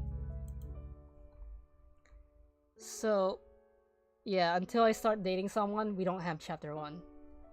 But she doesn't say anything else, but just checks out my books for me. I guess this is what they call tech.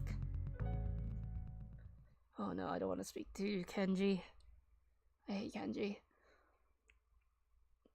Holding the library books with one arm, I throw my pocket for the key to the door. A sudden sound from behind startles me, making me nearly drop the books I'm carrying or the key that I almost managed to get into the lock. Who is it? I hate this guy. I turn around to see who is talking to me. It's Kenji. He seems to be in a friendly mood, although the light glint of his glasses in the dark gives him a sinister look. It's just me. That makes him pause and lick his lips nervously. Who is me? I don't know anyone called me. Are you some new guy again? His voice is suddenly strained and quick. Because you just joined the stream, he's an incel and a conspiracy theorist. Back then, I already said this to some people who were on stream.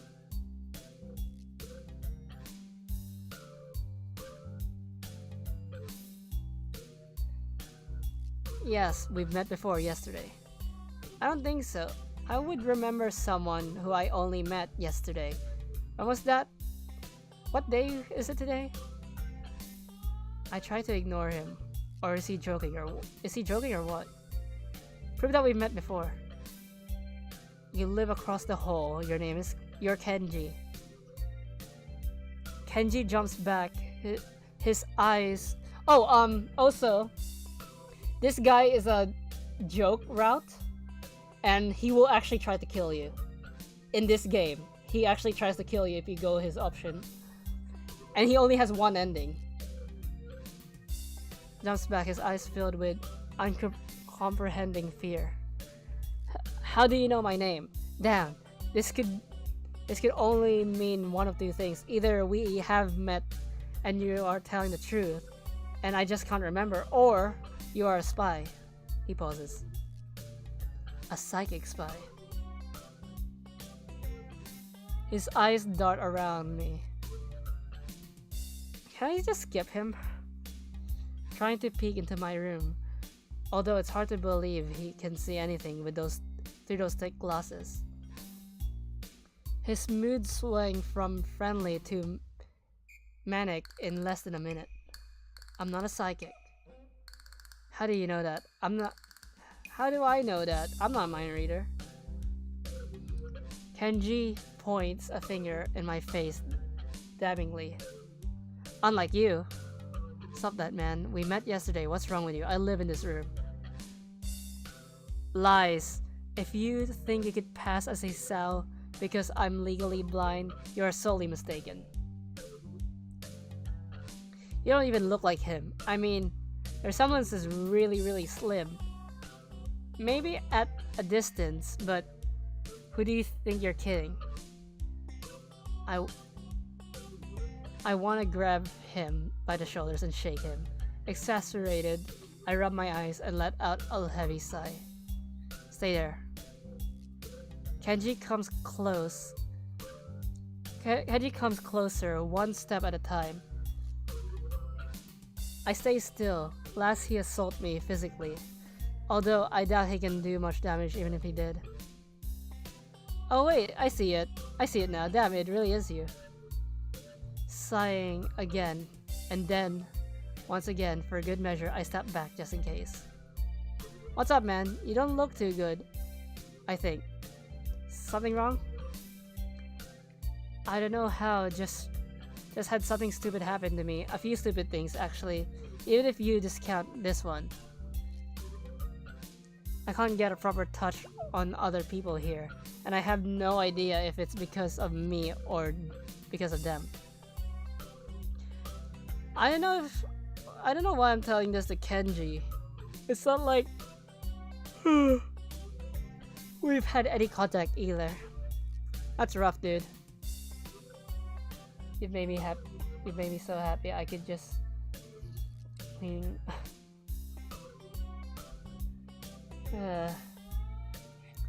Yeah, sorry. I'm sorry about calling you a psychic spy and all, but You have to be. You can never be too careful. It's the hard reality we live in. I'm slowly to think that Kenji isn't necessarily living in the same reality as the rest of us. You see, this is how it is, this world. There's no justice, you see. Even when I lose, I win. Because I don't lose the lesson. What does that even mean? It doesn't matter. He dismisses it flatly, with a wave of his hand. So, what happened? Why the long face? What? Do you have a long face? It's nothing. I just scared some girl off accidentally. Literally, too. She actually ran away from me. What's my fault, really? I think. I'm not really used to all this yet. A girl? A cute one? Cute? That's a hard question. She had a nice body and really beautiful hair, but the face... She was cute. It could go either way. Yeah, cute, I guess. I knew it.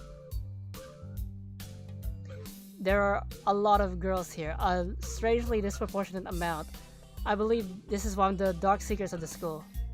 I tried to warn you, man, but did you listen?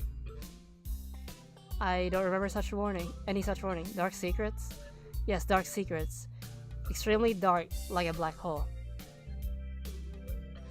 Have you noticed the large amount that the number of girls in this school is slightly but significantly higher than the number of boys, like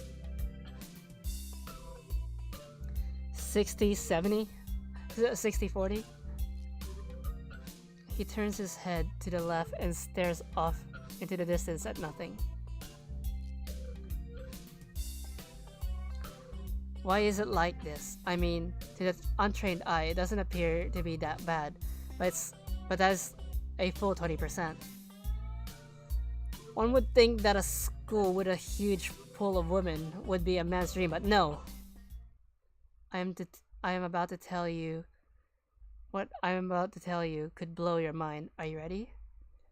I don't know where this is going, but I don't think I won't be missing much by just cutting now. No, I'm not ready. I only get as far as turning the doorknob before Kenji starts talking again, showing that he doesn't really care if my mind is blown or not. I believe that this school, is a battleground, the site for feminist infiltration. The depravity in the number of men to women is a clear sign of how far they can come. In case this Cold War turns out hot, they will have superiority in numbers. Yeah, Ragnar and I agreed. In the game, he's funny, but if we were to meet him in person, if both Ragnar and I met him in person, we would absolutely kick his ass. Just another skirmish in the eventual war against the forces of the feminists. They're everywhere. In Japan, women outnumber men. It's not a 60-40 split, but it's only a matter of time, man. Even in America, women are the majority by a hair. That's not true, Kenji. That's not true, Kenji. If you look up statistics, there are more men than women. Because nature has a counterbalance. Nature knows that men are risk takers and that men live a shorter amount of time than women. So nature tries to counterbalance that by making it like slightly more men and slightly less women. It's more like a 49-51 split. They're building up their numbers. In the past, the build out of a military has always been the clearest sign of imminent war. Japan is just the first step. Our economy is badass, and the country itself is small and isolated, yet a huge part of the Pacific in terms of political values. The perfect target. They are so cunning, as expected of women. Soon the day will come when... Kenji's voice trails off ominously. This is why you can't trust them. They will string you along and then kill you, just as they killed me. You will end up just like me. Oh hell no. I can't stop myself from blurting it out. Hey, what the hell does that mean? You said it, not me. It's the best I can think of. So, you're not supposed to say something like that. Damn, so rude. Where was I? Oh yeah, vast feminist conspiracy. Stop it. Stop. I lost you way back there somewhere. Somewhere around the feminist infiltration. Too hard to follow? It's cool. I have graphs and stuff in my room. And puppets. You like puppets? No puppets. You don't like puppets? Okay, graphs are cool though, right? He speaks energetically, responding almost before I'm done talking, moving his hands in an animated way as he continues to rant on. This is too strange. I had him pegged as relatively normal, but it's clear I was wrong. Something in your mind, dude? Just thinking about what it's like to be the last sane man in an insane world. Kenji frowns, looking deeply upset. You mean that's you? That can't be, because I'm the last sane man in an insane world. This is my dream. You can't steal another man's dream. The hell, there can't be two sane men. It would invalidate the whole last part. And that part is kind of important.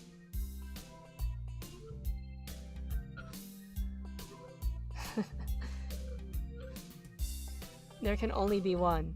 Like in that foreign movie where there could only be one, and in the end there's only one dude left because that was the point. I've never heard anyone talk so heatedly and defensively about absolutely nothing before. Anyway, if you wait here, I can show you my graphs. I also have a list of other dark and complex conspiracies that this school holds as tangled as... Quickly, finish my analogy for me, be a pal. I'm going to bed now, it's extremely late. That doesn't sound like an analogy, but whatever.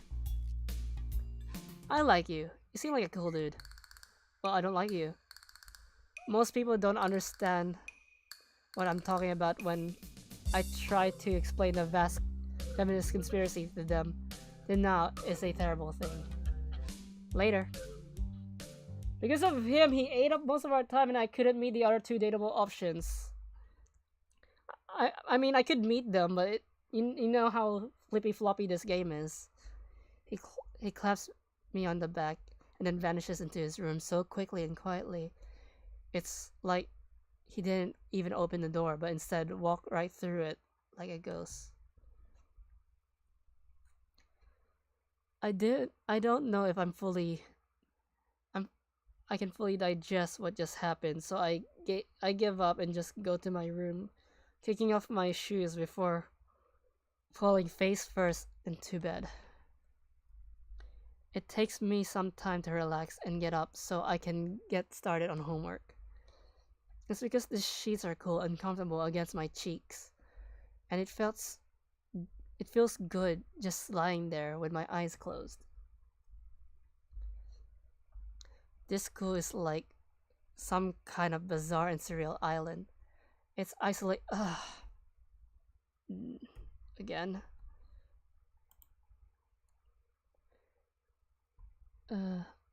It's isolated on top of a mountain, and each student is stranger than the last. I just can't seem to fit in. What irony. Only one would think that fitting in a place that's made for people who are unfit for anywhere else would be easy. Now, Jaws, always be sure you're on the good side of 4chan.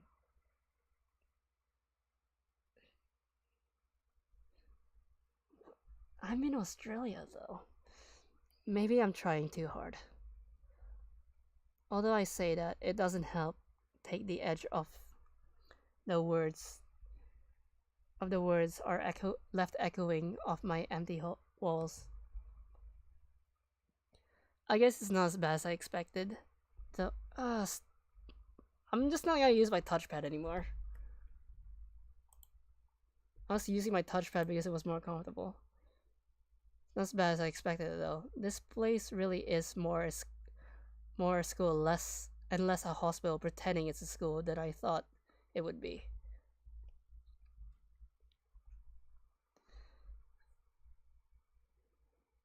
If if anything else, the scenery is beautiful. I open one eye, seeing the school books, and there I go again. I need to stop that habit. Why is my touchpad so sensitive?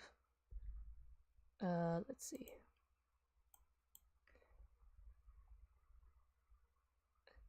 Pills arranged side by side on my desktop. Maybe, maybe this place is too much like a normal school after all.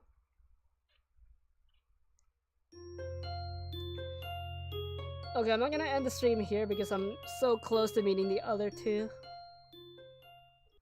But we'll see. I feel very tired this morning, probably because yesterday itself was a very tiring day. On top of that, I woke up far earlier than necessary. After saying hi, bad joke, I don't know. I mean, like I said in my rules, I don't want to get too political and all that. After saying hi to Shizune and Misha, I start doing the work as instructed from the board. It really looks like today is going to be heavy. I don't have a problem with that now, though Shizune and Misha might jump on me, trying to get an answer whether or not I decided to join the student council, even if it's just one day. I wouldn't put it past them to try. Because Boop person here missed it, and Ray's missed it, you guys didn't hear me use my Valley Girl voice. I don't have an answer for them if they do, so the situation is convenient for me. About 10 minutes into class, Hanako walks in and takes a seat. No one looks at her, and the teacher doesn't even comment on her lateness. He does, however, stop us to say we're going to break up into groups again. I turn my head to see Shizune and Misha. That Shizune and Misha are looking at me. Shizune gives me a smile that is equal parts cute and menacing. This is a smile that says, "We have you now. There's no escape." Ichan, it looks like we're together again. Yay yay! Misha leans sidewards, while Shizune pushes her desk closer to mine. There's no escape now unless I were to jump through the window. Jumping out the window isn't the best option, sadly. What's wrong, Hee-chan? Oh, Hee-chan, have you been thinking about what you said yesterday? You said that you would think about joining the school council, didn't you? It's okay, Hee-chan. We were talking about it after you left, and it would be rude to expect you to already have an answer for us this early, right?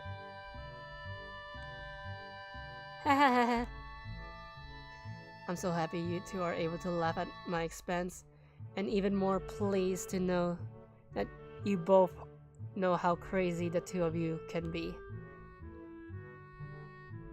Now that that's over, Shizune snaps back into serious mode and smacks today's assignment with the back of her hand in an overly dramatic, important way. When I actually look at the stuff, it's mostly just reading. In fact, there's only 2 problems. I mostly want to say something about how her rush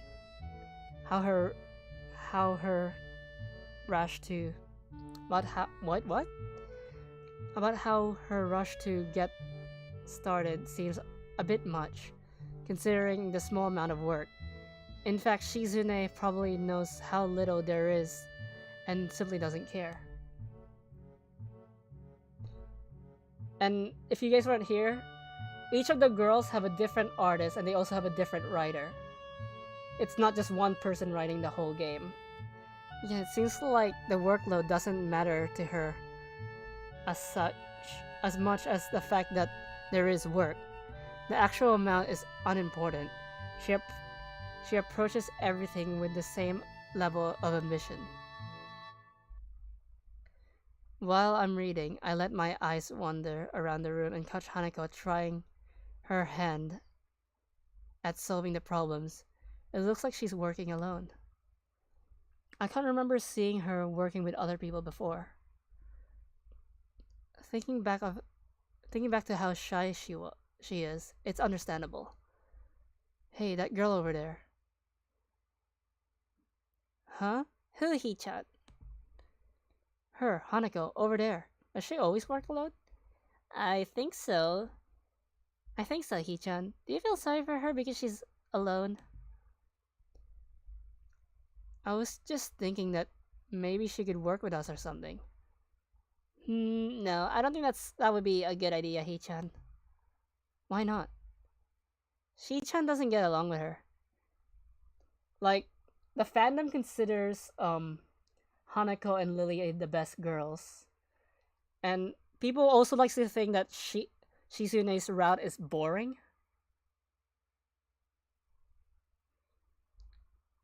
People like the fandom actually doesn't really like Shizune. I've only met a few people who like Shizune.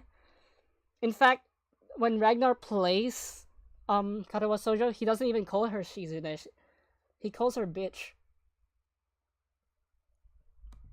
Why? Misha shuffles around the question, letting out a laugh that sounds very strange.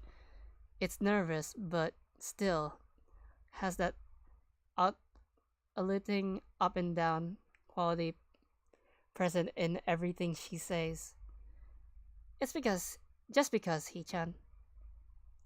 By now, Shizune has noticed our conversation.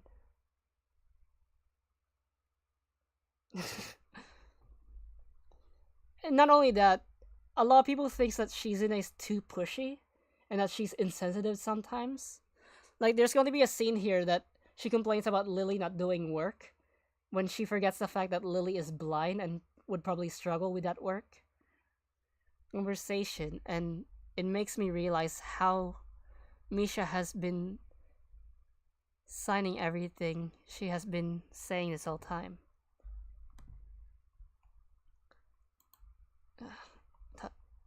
I should stop using the touchpad. What? Shi-chan, the enemy of my enemy is my enemy? That sounds so harsh. I'm not going to say that. You just said it. Yeah, because Shizune and Lily don't get along, and because Lily is friends with Hanako. Yeah. I know, Hichan. It's fine if you overhear it. I wonder if this is Misha's way of keeping things fair, since without her, I wouldn't be able to understand a thing Shizune is trying to say. Is saying, and vice versa. Is that also why she sighs all the time? So there is never a conversation Shizune will be left out of? Anyway, we should start on the problems now, Hichan. And also, yeah, she's like what Ragnar said earlier, she's very pushy. She's forcing you to join the school council because it's her own benefit. No, Ragnar just has a mommy kink. Don't tell him I said that. I mean, he will admit to it, but this... We finished with time to spare, and I decided to ask if there are any alternatives to the cafeteria, as frankly, the food is so far from being subpar. This sends Shizune and Misha arguing among themselves about their favorite restaurants. All of them are downtown, so I don't think I have time to go all the way there. And what about the bill? And he gets very entertained when I start using that voice when he's playing Katawa Shoujo, and I'm the one voicing Lily. Are they arguing just for the fun of it? Maybe. That seems so... They seem so distracted by it, and they didn't even notice the start of the actual lunch. I look over my shoulder towards the back of the classroom. Yeah, no, definitely not. She seems to be studying her notes from the previous class. It's an odd sight. Everyone else in class is busying themselves with the lunch break, socializing, gossiping, rearranging desks, and the ones with actual boxed lunches mixed in the clutter like everyone else, only interrupted by a short bout of eating. But when I watch Hanako, it feels that I'm the only one who can see her, almost as if she was invisible, sort of hiding in plain sight. Is she being bullied? Is she isolating herself from the rest of the class on her own accord? No, she has both eyes. It's just that she wears her bang. She wears a bang to cover her burns, which evidently also covers her eye. I see her look over her shoulder towards the classroom's rear door. Come to think of it, she hasn't turned a page since I started watching her. I guess she's waiting for someone. What do I do? I don't want to talk to these two.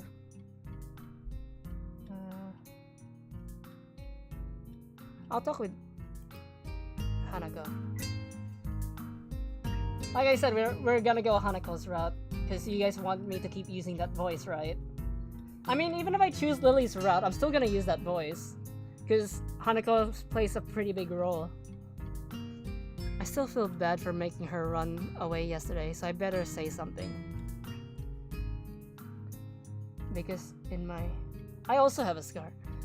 Hey there, Hanako? Because in my school we also...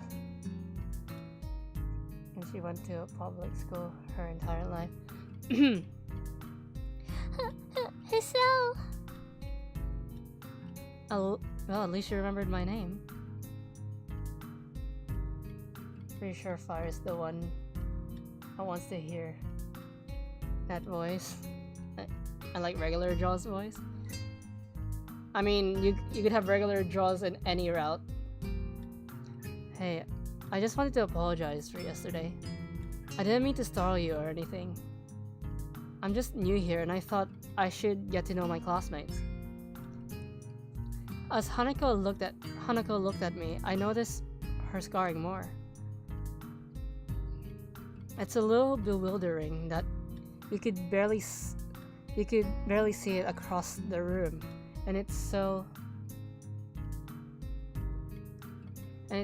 noticeable from close up.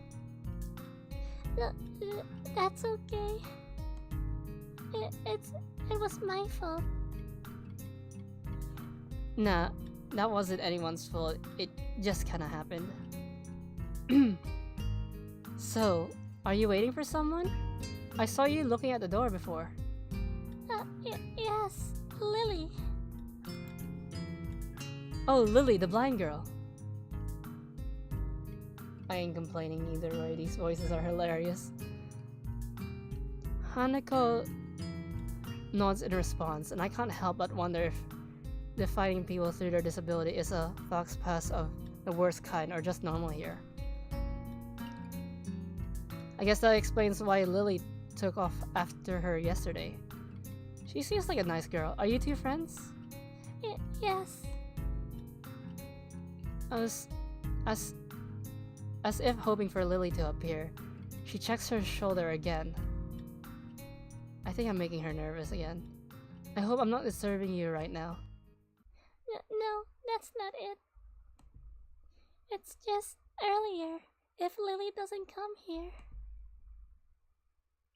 Oh, because it's hard to get around the classroom. No, not really. Hanako's gaze drifts past my shoulder and towards Shizune. Shizune? Hanako nods again. What about her? Don't they get along? Hanako shakes her head. Clearly this is something she doesn't want to talk about. It does make a strange sort of sense.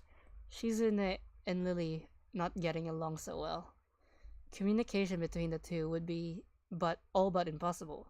It's hard enough talking to Shizune through Misha, even when you can see those hands are talking. Hanako is so focused on Shizune that I'm the first to notice Lily at the door. Oh, she's here now. Hanako spins around to confirm this. Upon seeing Lily, she moves quickly to the door. Lily! Ah, Hanako. Good morning. Is the president here? Yes. Hanako glanced over her shoulder at Shizune again, as if to confirm she can't hear them. Even though it's impossible. I suppose we'd best be off then. Lily's sigh and tone of what seems like a frustration makes me raise an eyebrow. I guess there's some sort of anonymity between the two. It's intriguing that that's not really something I'd ask about. I'm sure if they wanted me to know, then they would tell me. It's only my third day here. I should go try make friends, not find out why people are enemies. Still, it's a little funny to find out that this school has little feuds just like my old school. Even if people are more tolerant of others. Funny how they mix the girls. They're still going to get on each other's nerves. Hey Lily, how are things? I'm sorry I made you run off yesterday. Oh my, is that Hisao? I didn't realize you were here. It seems that Lily is a little embarrassed about being so frank in front of me. Sorry, Lily. I thought you realized. No, it's alright, Hanako. Hisao, please don't worry about yesterday. It was just a misunderstanding.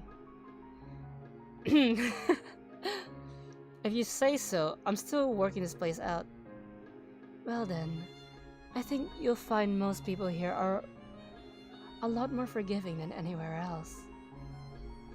If you feel a little confused, please don't be afraid to ask questions. Sure, I'll remember that. Lily?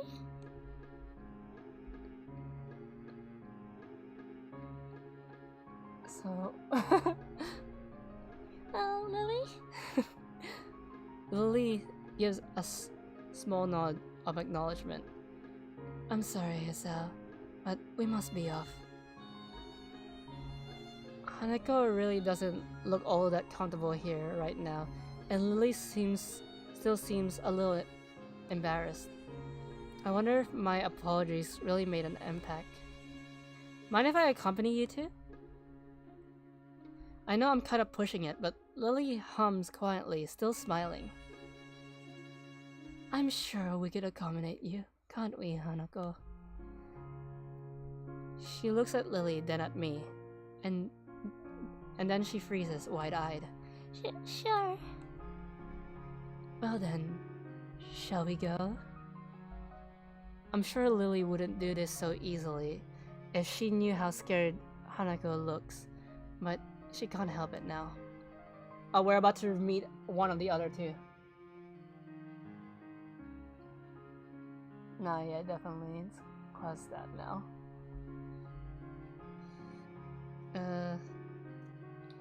This declining after the deal is sealed would only cause confusion and problems. So we leave all three together. That sounds like something Ragnar will say. Firewall. Lily walks beside the wall, letting her cane gently tap against it every now and then. Hanako comes along right beside her, so close that she is practically half hugging her as they go. Although it it must make walking walking that much harder, Lily takes it in stride.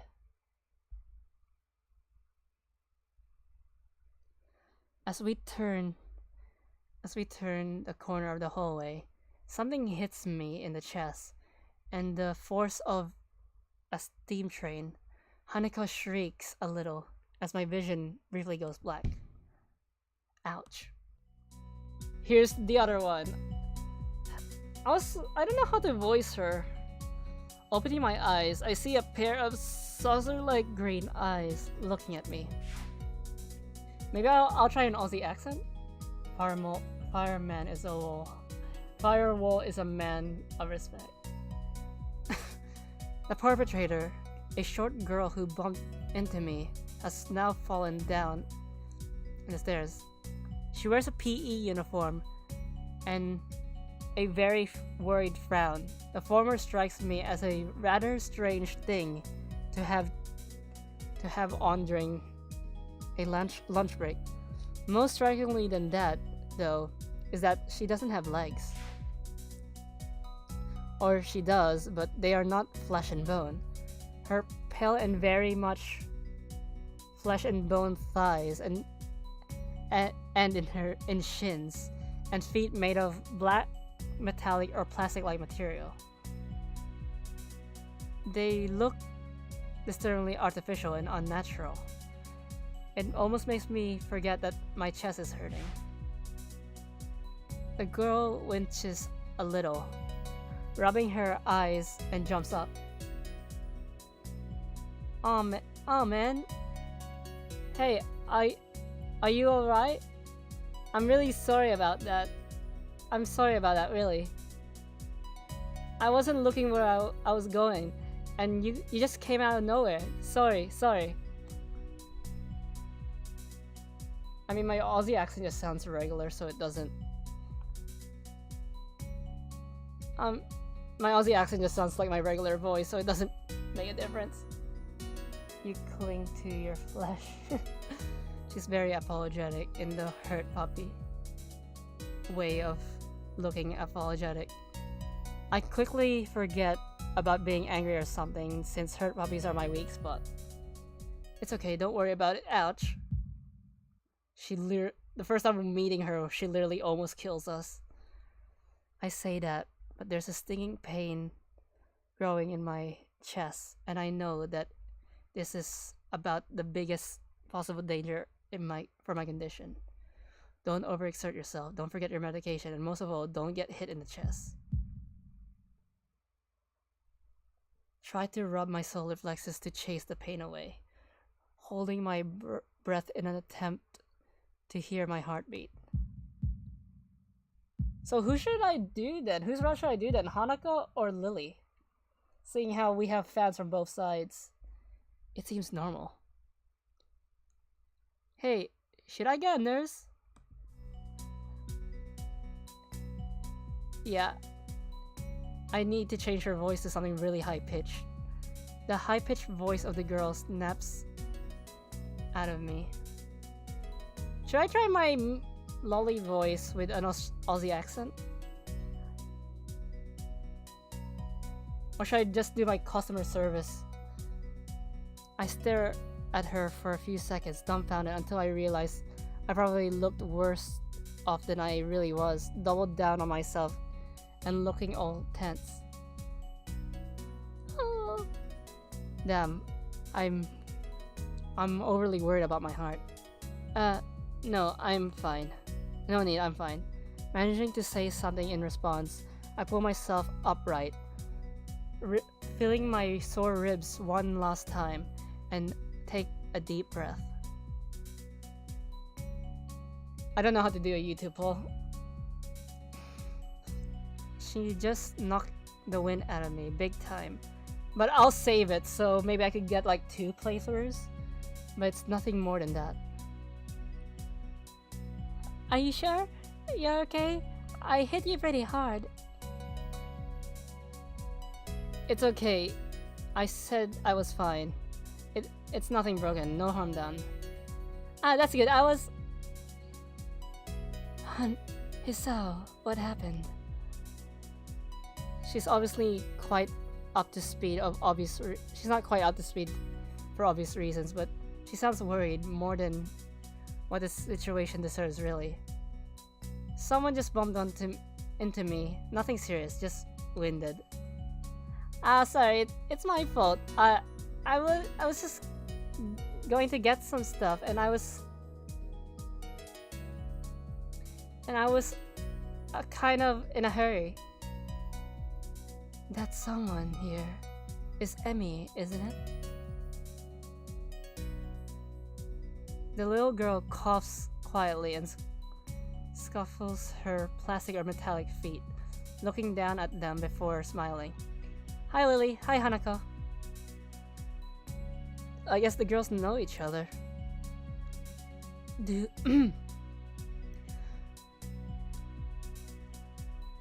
please try to be more careful.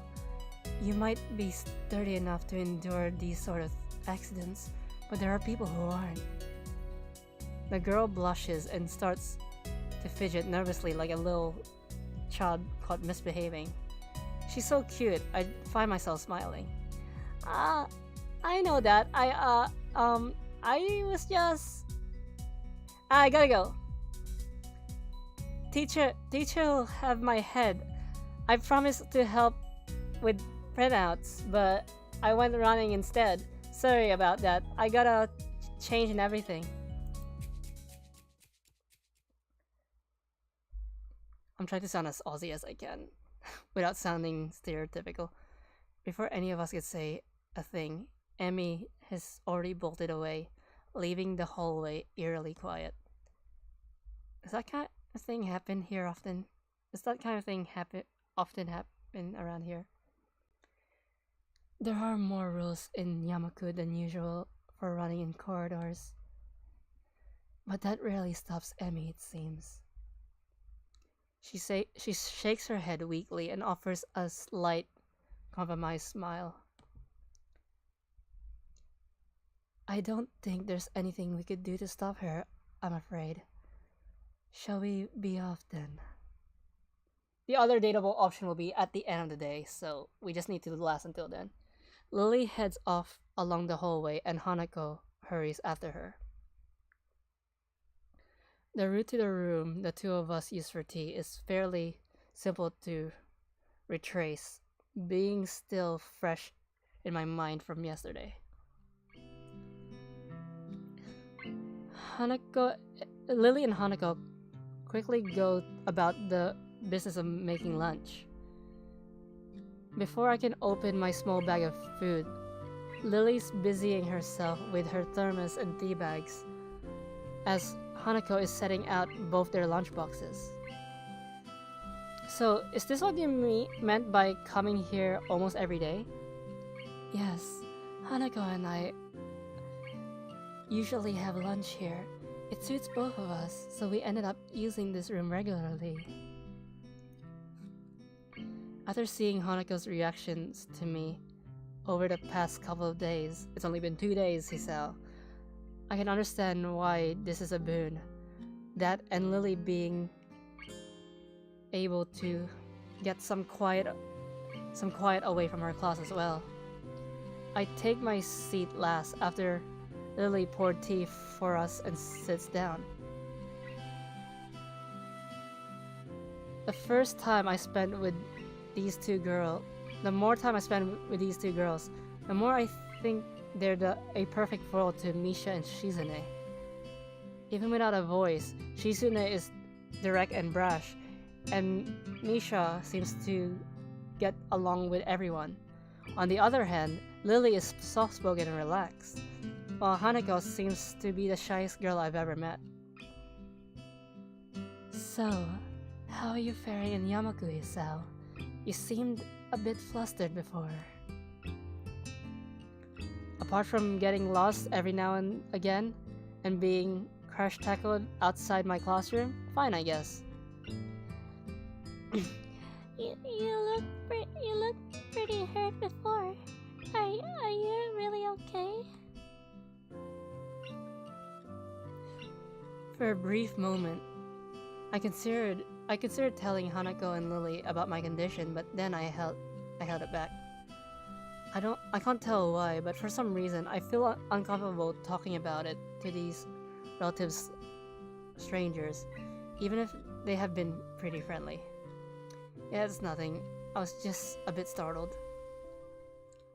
Judging from the two girls' expressions, I don't think they are buying it, but in what I assure is their way of respecting my privacy, they don't press the matter. I guess this is one of the unwritten rules around here. Don't ask, even if people's conditions are obvious like Hanako's. There's still bound to be a story involved. Everyone has things that they don't feel comfortable speaking about. I think everyone here recognizes that. How long have you been in this school? You both seem to know your way around pretty well. Well, I've been here since the start of high school, but only moved into the dormitories a year ago. Hanako joined at the start of high school as well, and moved into dormitories when she did, if memory serves me right. That's right, since high school. So you've known each other since then? Since I moved, yes. Hanako lives next door to me, so it's only natural, right? Right. Yeah, of course. Living next to someone is probably reason enough to befriend them, even though I'm guessing that Lily's blindness played a part in that as well. I can't imagine Hanako easily making friends with someone who has deliberately avoided looking at her scars. With the intimate conversation dried up, we started to eat our lunch.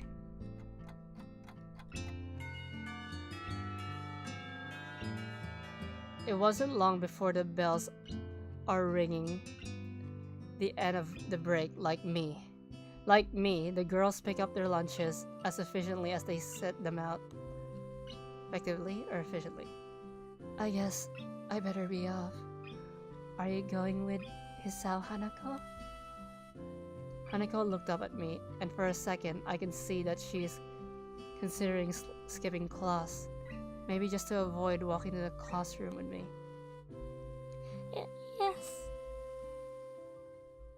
I don't know what to think of it. Hanako really is delicate to the point of breaking if looked at the wrong way. It makes me a bit nervous too, but I push the feeling aside. Even MC is judging the other waifus. Trying to be as natural as I can. We should hurry then. Class has already started by the sound of it. Lily gives a nod of farewell as she bends down to take her cane, Hanako and I filing out before her. We walk quickly down the empty halls to our respective classes. As we reach the door to Lily's 3-2 classroom, she turns towards me. Hisao, thank you for sharing lunch with us today. My pleasure, Lily. And with that, we part ways. Lily entering her classroom and leaving Hanako and me to make off on our own. She's still looking at me like she wants to run away. So, do you really want to go to class? Really want to go back to class now? Yes. Okay then. I feel like I should say something more to her, but it's hard to come up with anything that would be appropriate and safe enough. And Lily was right. The more time we spend out here, the more explaining we have to do. I opened I opened the rear door to the class and walk in. The teacher looks at me and opens his mouth to say something. However, as Hanako follows me in and closes the door, he simply nods to us and continues his lecture.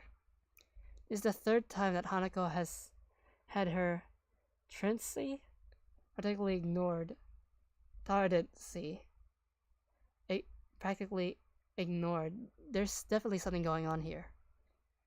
Yeah, there's also a theory that it's not really a theory. I'm pretty sure it's confirmed that Hanako's real disability isn't her burns. Her disability is her social anxiety. We make our way to our seats, and I notice that Misha and Shizune are both missing as well. I wonder if it was some form of informal argument with the staff, or if it's a perk afforded to the unique students of this school. Trying to make a little disturbance as I can, I extracted the relevant textbooks from my bag and start catching up. The class goes on quietly. The teacher seems like an okay person despite the weird first impression I got, and the material is relatively interesting. However, the way he teaches is really bizarre, as if he expects that everyone is a natural genius.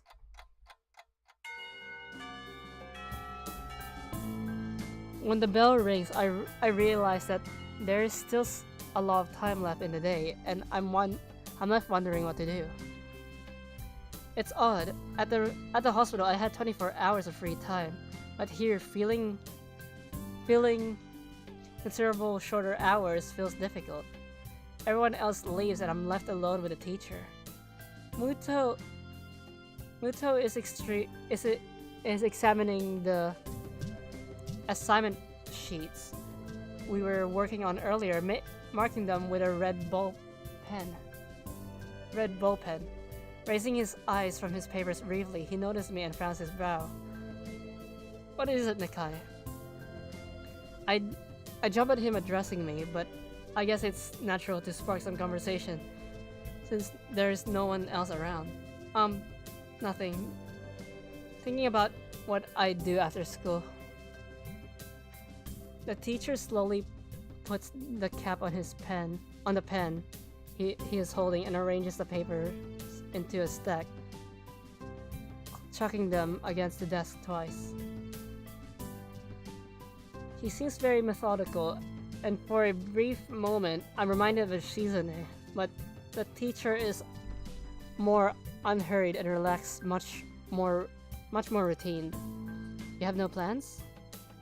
No, I considered joining a club, but I don't know what kind of club would interest me. Go observe a meeting of someone else's club. Might pique your interest, I guess. But I don't know how to continue from there. Muto looks at me in a way that makes me naturally want to take the words back to avoid a conversation. But I can't, so I must forge ahead. I just don't know how to deal with people, I mean the other students. I'm talking to people and everything, so it's not like I'd be isolated or anything. I just don't know what to think about the disabilities. It feels that I'm being impolite if I pay attention to them, and it's weird to ignore them. Damn if I do, damn if I don't. A teacher scratches his cheeks absent-mindedly, looking very unresponsive. These things are only an issue if you make them one. You can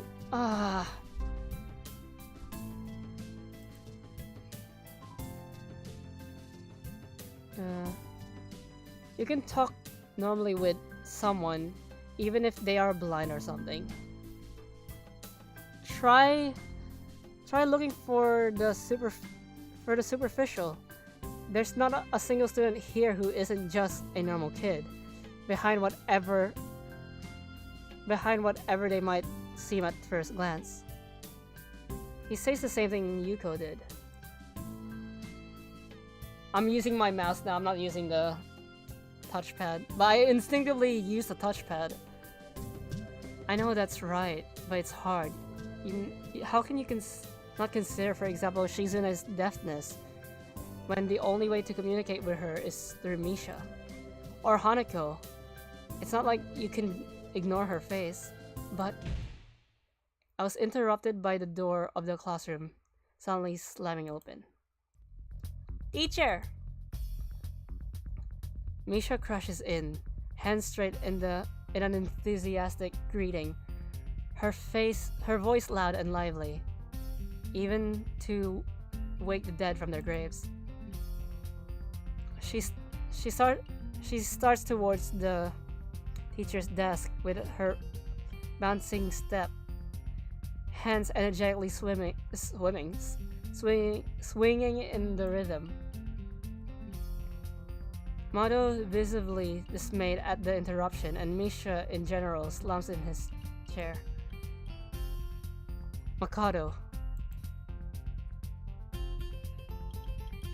Manford, I'm invested in the story. Yeah. This was in its time when this game was first released. This game was actually very, very, very popular because it was unique. Like, it had a strong sense of story. Misha stops in her tracks and looks around clueless, as if sensing from his tone that something's wrong but has no idea what. Yes? We have talked about volume control before. Yes? She doesn't lower her voice at all, and the teacher just rubs his eyes. So what is it? We need help. We are running out of supplies for the festival stands. This is a distress. She waves a pink slip of paper she's holding around. So, go get the supplies from the art room. What's the problem with that? Plywood. Plywood is always the problem. Last time we wanted more, there was only a little. But the time we just took it all and went with that. Now there's like none left. Now there's like none left there.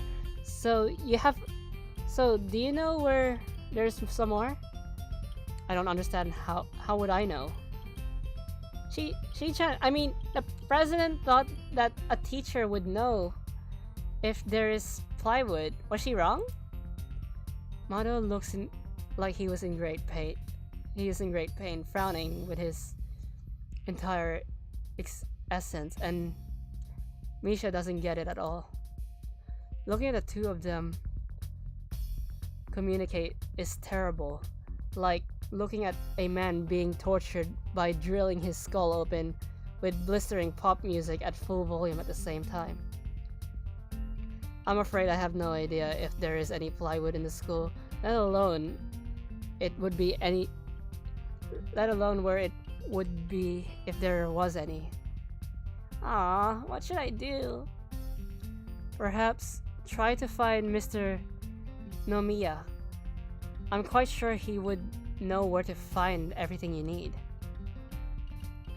Why do you have to pry You'd have to pry them from his cold, dead hands, but that's a different matter. Aw, I don't have time. We're so busy. She holds her head with both her hands, looking as despairing as possible for a person like her. Without even noticing, she crumples the note she's holding against her hair. I shouldn't even be fetching these things. There's so much to do, and we're falling behind schedule. Mado looks at her gravely and then smiles. Smiling doesn't fit his face. Someone say despair. I think it's better if he didn't. I wonder if you could get some temporary help. He switches to staring at me, focusedly with a hard expression, as if trying to say, go make some friends. I guess I can give you a hand. You can? Thanks, Hee-chan. You're really nice. She pauses, does a double take, and then points at me with her fingers, yelping, ah, and looking very puzzled. The song's here. Come to think of it, what's Hee-chan doing here? Class is over. You should be having fun. We just had a little chat. Oh no, it's not detention, is it? Are you in trouble, Hee-chan? No, I'm not. Is Hee-chan in trouble, teacher? No, he's not. Muto sighs deeply, and I feel that I have to help Misha to get her off the teacher's back. So what do you need help? We're about to meet the final girl. I'm gonna talk to the final girl for a bit, then I'm gonna end the stream. There's a list. There's a list. I can try to find the plywood from somewhere if there's none in the art room. She offers me the note she's holding. I take it, hesitating a bit. I said I'd help you, but this has no implications on whether I'm joining the student council or not. The council or not. Aww. Still, thanks, Hee-chan. Try to be quick. We are in a stall building streak right now. We must hurry. She bounces off the classroom, leaving me with the teacher looking at each other with something that feels like a slight agreement. Oh, there you have it, Nakai. You have something to do now. Please don't sound so smug. Looking at the list with a number of items ranging from paint to plywood, all written with small neat handwriting that is undoubtedly Shizune's, I heave a sigh. I'll be going then. Waving the long list limply at the teacher, I exit to the hallway. The classroom closest to ours are designated belonging to class 3-1, 3-2 on the right side, and 3-4 on the left side. Each door looking exactly the same. Further down the corridor, still the identical doors, are rooms that I didn't think were used for classes. I guess the art room is not a classroom as such. I carefully push open the furthest door and peeked in. I said this to Ragnar. This actually suspiciously looks like my high school art room. It's a classroom, but it seemed rather badly kept or not in use. Am I in the right place? Desks and chairs are all around the room. A thin layer of dust settled on them. There are some easels in the corner, so at least this looks like the right place. The room is flushed in sunlight. From the big windows, shadow creeps all over the desk. Specks of dust are dancing in the stagnant air, making the beams of light almost visible. Jokingly, I call into the empty room. Hey, is anybody... I missed that again? Yeah, I did.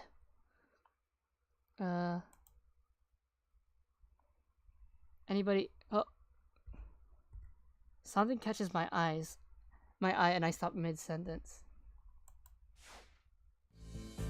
The lost girl. Sitting on a desk, a short-haired girl, curiously wearing a boy's uniform, with a fork between her toes, a morsel of food stuck firmly on the end. The odd way of dining seems to be caused by her lack of hands, but her presence here is what takes me aback even more. How did I miss her? She's sitting in a corner, very still. She's also partnered up with Emmy. So, Shizune and Misha are partnered up. Hanako and Lily are partnered up. Emmy and her name is Rin, are partnered up. How did I miss you sitting in the corner? But I still somehow took her as part of the furnishing or a statue at first glance. I'm not I'm I'm not being too observant today as a whole. The girl seems to be frozen in place, staring at me with her huge eyes like a rabbit in headlights.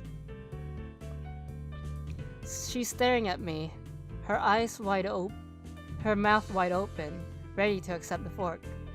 I'm staring at her, my mouth wide open, suddenly remembering I didn't finish my sentence. So they paired. Yeah, they did. My sentence and trying to think if I should. The weird statement keeps us both stunned into silence, punctured only by the wall clock ticking rhythmically. Okay. She's very bored, so my voice for her is like, hello. The girl stuffs the forkful in her mouth and is now staring at me expectantly while chewing. This is a bit awkward. Hello. I was told to pick up some supplies from here for some festival stalls. I didn't think there would be anyone here.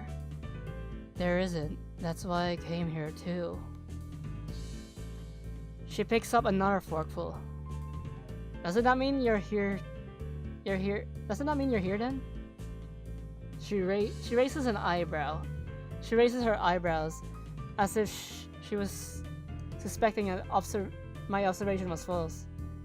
You're pretty observant. I guess it does. But who are you? The girl is pretty straightforward, isn't she? I'm Nakai. Hisao Nakai. I just transferred on Monday. I'm Rin. Tezuka Rin. Ren Tezuka. I wouldn't shake hands with you, but at least we know who you are now. I won't shake hands with you, but I read that in the wrong voice. At least I know who you are now. That's very nice. Her deadpan manner of talking makes it hard to determine whether she's joking about shaking hands or not. Wait, was that the right voice? It kind of bothers me. Joking about these matters doesn't feel appropriate at all. While I'm trying to figure out what's appropriate and whether this girl is, she seems to have lost interest in me and is now gazing yarnly back at her food. Can I continue my lunch? If you don't mind me, I wouldn't mind you. If you need to get your stuff, the supplies are in the back. Go right ahead, but lunch? School's already over for the day. What word would you use then? There is no word for a meal you eat after lunch but before dinner, right? It bothers me very much too. But I don't really know what I should say. I don't think you're supposed to eat a meal between lunch and dinner to begin with. But I'm hungry now, and my delicious boxed lunch would go to waste otherwise. I have curry. It's very delicious. What? How do you guys feel about this voice? With decisiveness, Rin once again picks up her fork between her toes, with at least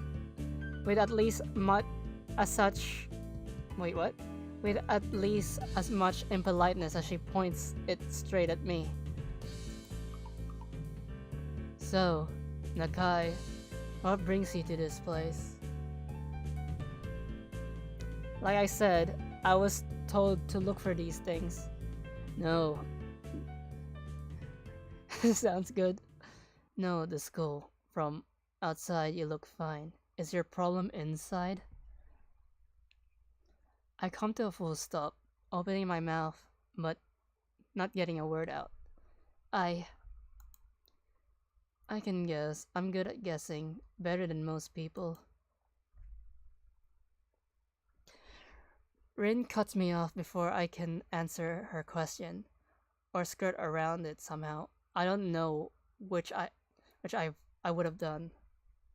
I froze in front of this issue again. I I remember seeing her in the beginning and assumed she had one.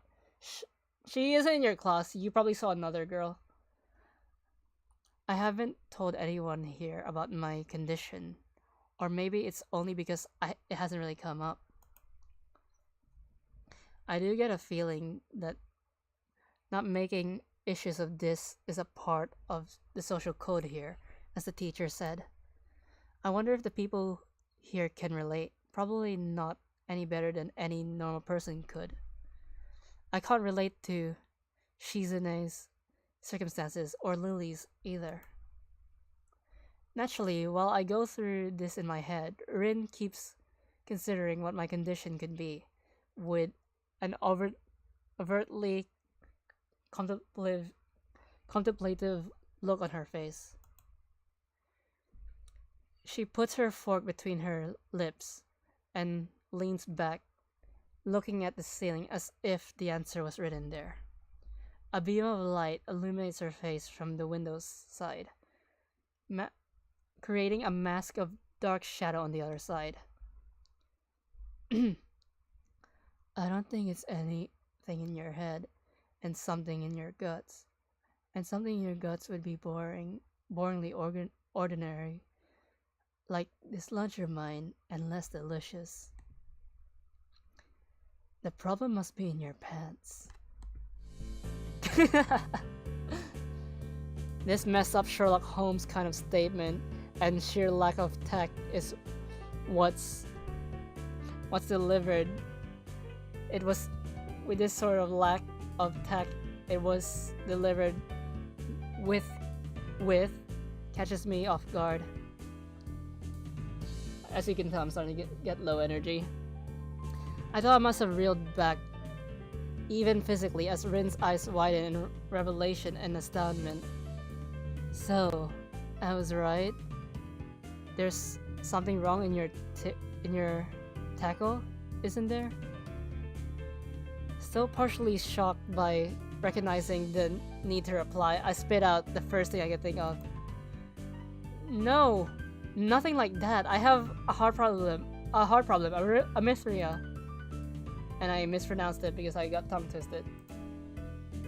I said it more like blurted out, but I said it.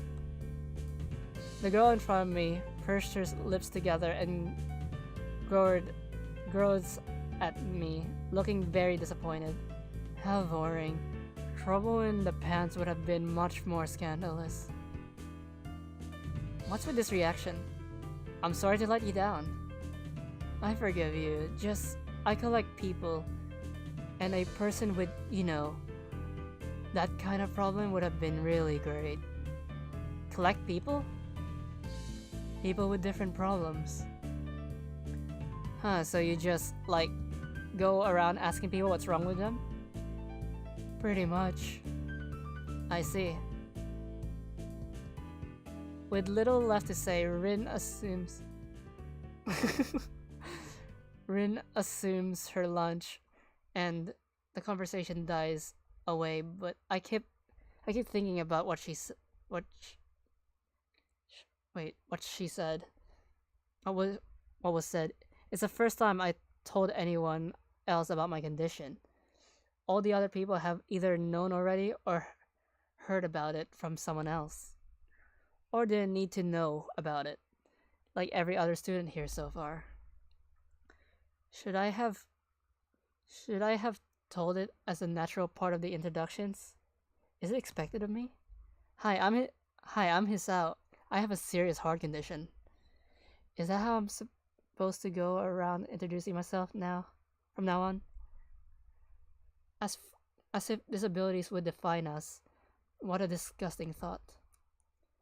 Or maybe that Takasawa Takes Tezuka girl just has an unnatural interest in such things. As I walk to the back of the room to pick up the items on Misha's list, a chance opens to study Rin from the corner of my eye. Her hair is burnt auburn, almost orange, and cropped short.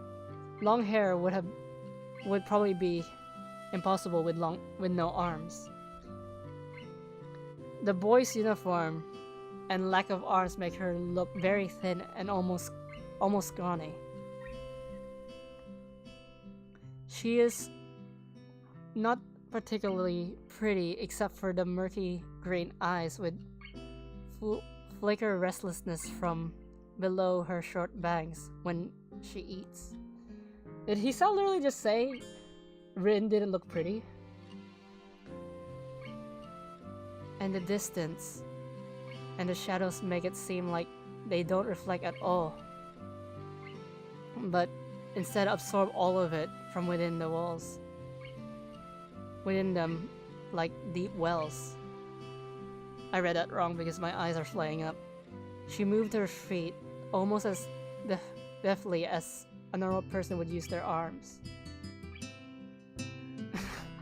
However, I can see how this sight could uncomfort people, especially while eating. It makes me feel a bit uncomfortable at least. I hesitate to think about the word unnatural, but it's too late now, isn't it? I keep searching the cabins and shelves for Misha's things. Me? Yeah, I'm fine. I'm just tired, and like I said, I have very poor eyesight, so I keep misreading stuff, and sometimes words just blur. After enough time passes, the silence grows uncomfortable, so I try to force some conversation out of this strange girl. So, do you eat alone this late? Or do you get the occasional visitor? Visitors, maybe you are my first occasional visitor, but I always don't eat alone either. Sometimes I eat with a certain person on the roof if she isn't horsing around. Horsing? She likes to do sports. Say it's Rin. I mean, oh. And that's all I can think of to say. Both of us fall silent again as Rin forks the last bit of her meal in her mouth. I look down at my haul and double check it with Misha's list. It seems I have everything except plywood. So I think I have all the things now. That's very nice of you. Don't feel obliged to stay. I was about to take a nap anyway. You need to do whatever you're going to do with that stuff anyway, right? Or perhaps you like watching girls sleep. Eh? I'm not sure what to make of this, but Rin looks serious. Even if I did, I think I have to get go. Even if I did, he didn't even deny it. I think I have to be going. I'll catch you around, Tezuka. You can just call me Rin. I feel that our relationship is at this point good enough to warrant this much.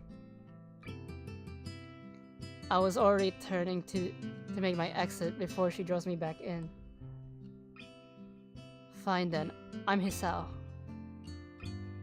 Then you are. Rin looks at me in the eyes, but that intimidating feeling you get when someone stares at you isn't there. Rin needs It's like she's not looking at me at all. She blinks a couple of times and I can't figure out why a pause like this just pop between us out of nowhere. See you later, Hisao. There's nothing like a tiny smile there in her face, maybe. I backed out of the room. As I shut the door in my face, I whisper quietly to myself, okay, I'm ending the stream because this might be going on for too long. So, and I went like an hour over time. Whoops. So I hope you had fun. I had fun, and I could tell that you guys... Well, what, Kenji is partially blind. He's in Lily's class. I said earlier that's why I was kind of like, you know, annoyed because I have a similar condition in real life, and I don't want to relate to him. So, which voice did you enjoy? Oh, yeah, no. I'm glad you had fun. Which voice did you enjoy the most? As you can tell from my... That's fine. You can tell from my avatar I'm actually smiling a lot. Because I'm still surprised how this thing, my avatar could capture my blinks and my smile. The meek ada voice. You're lucky I'm doing those routes. So, the normal greeting. I hope you had fun. And I don't know if I'm streaming tomorrow. I'll announce something on Twitter if I am streaming tomorrow. If not, the day after I'll be streaming Fallout 3 and hopefully finishing that. So, have fun. Goodbye. Enjoy the rest of your day.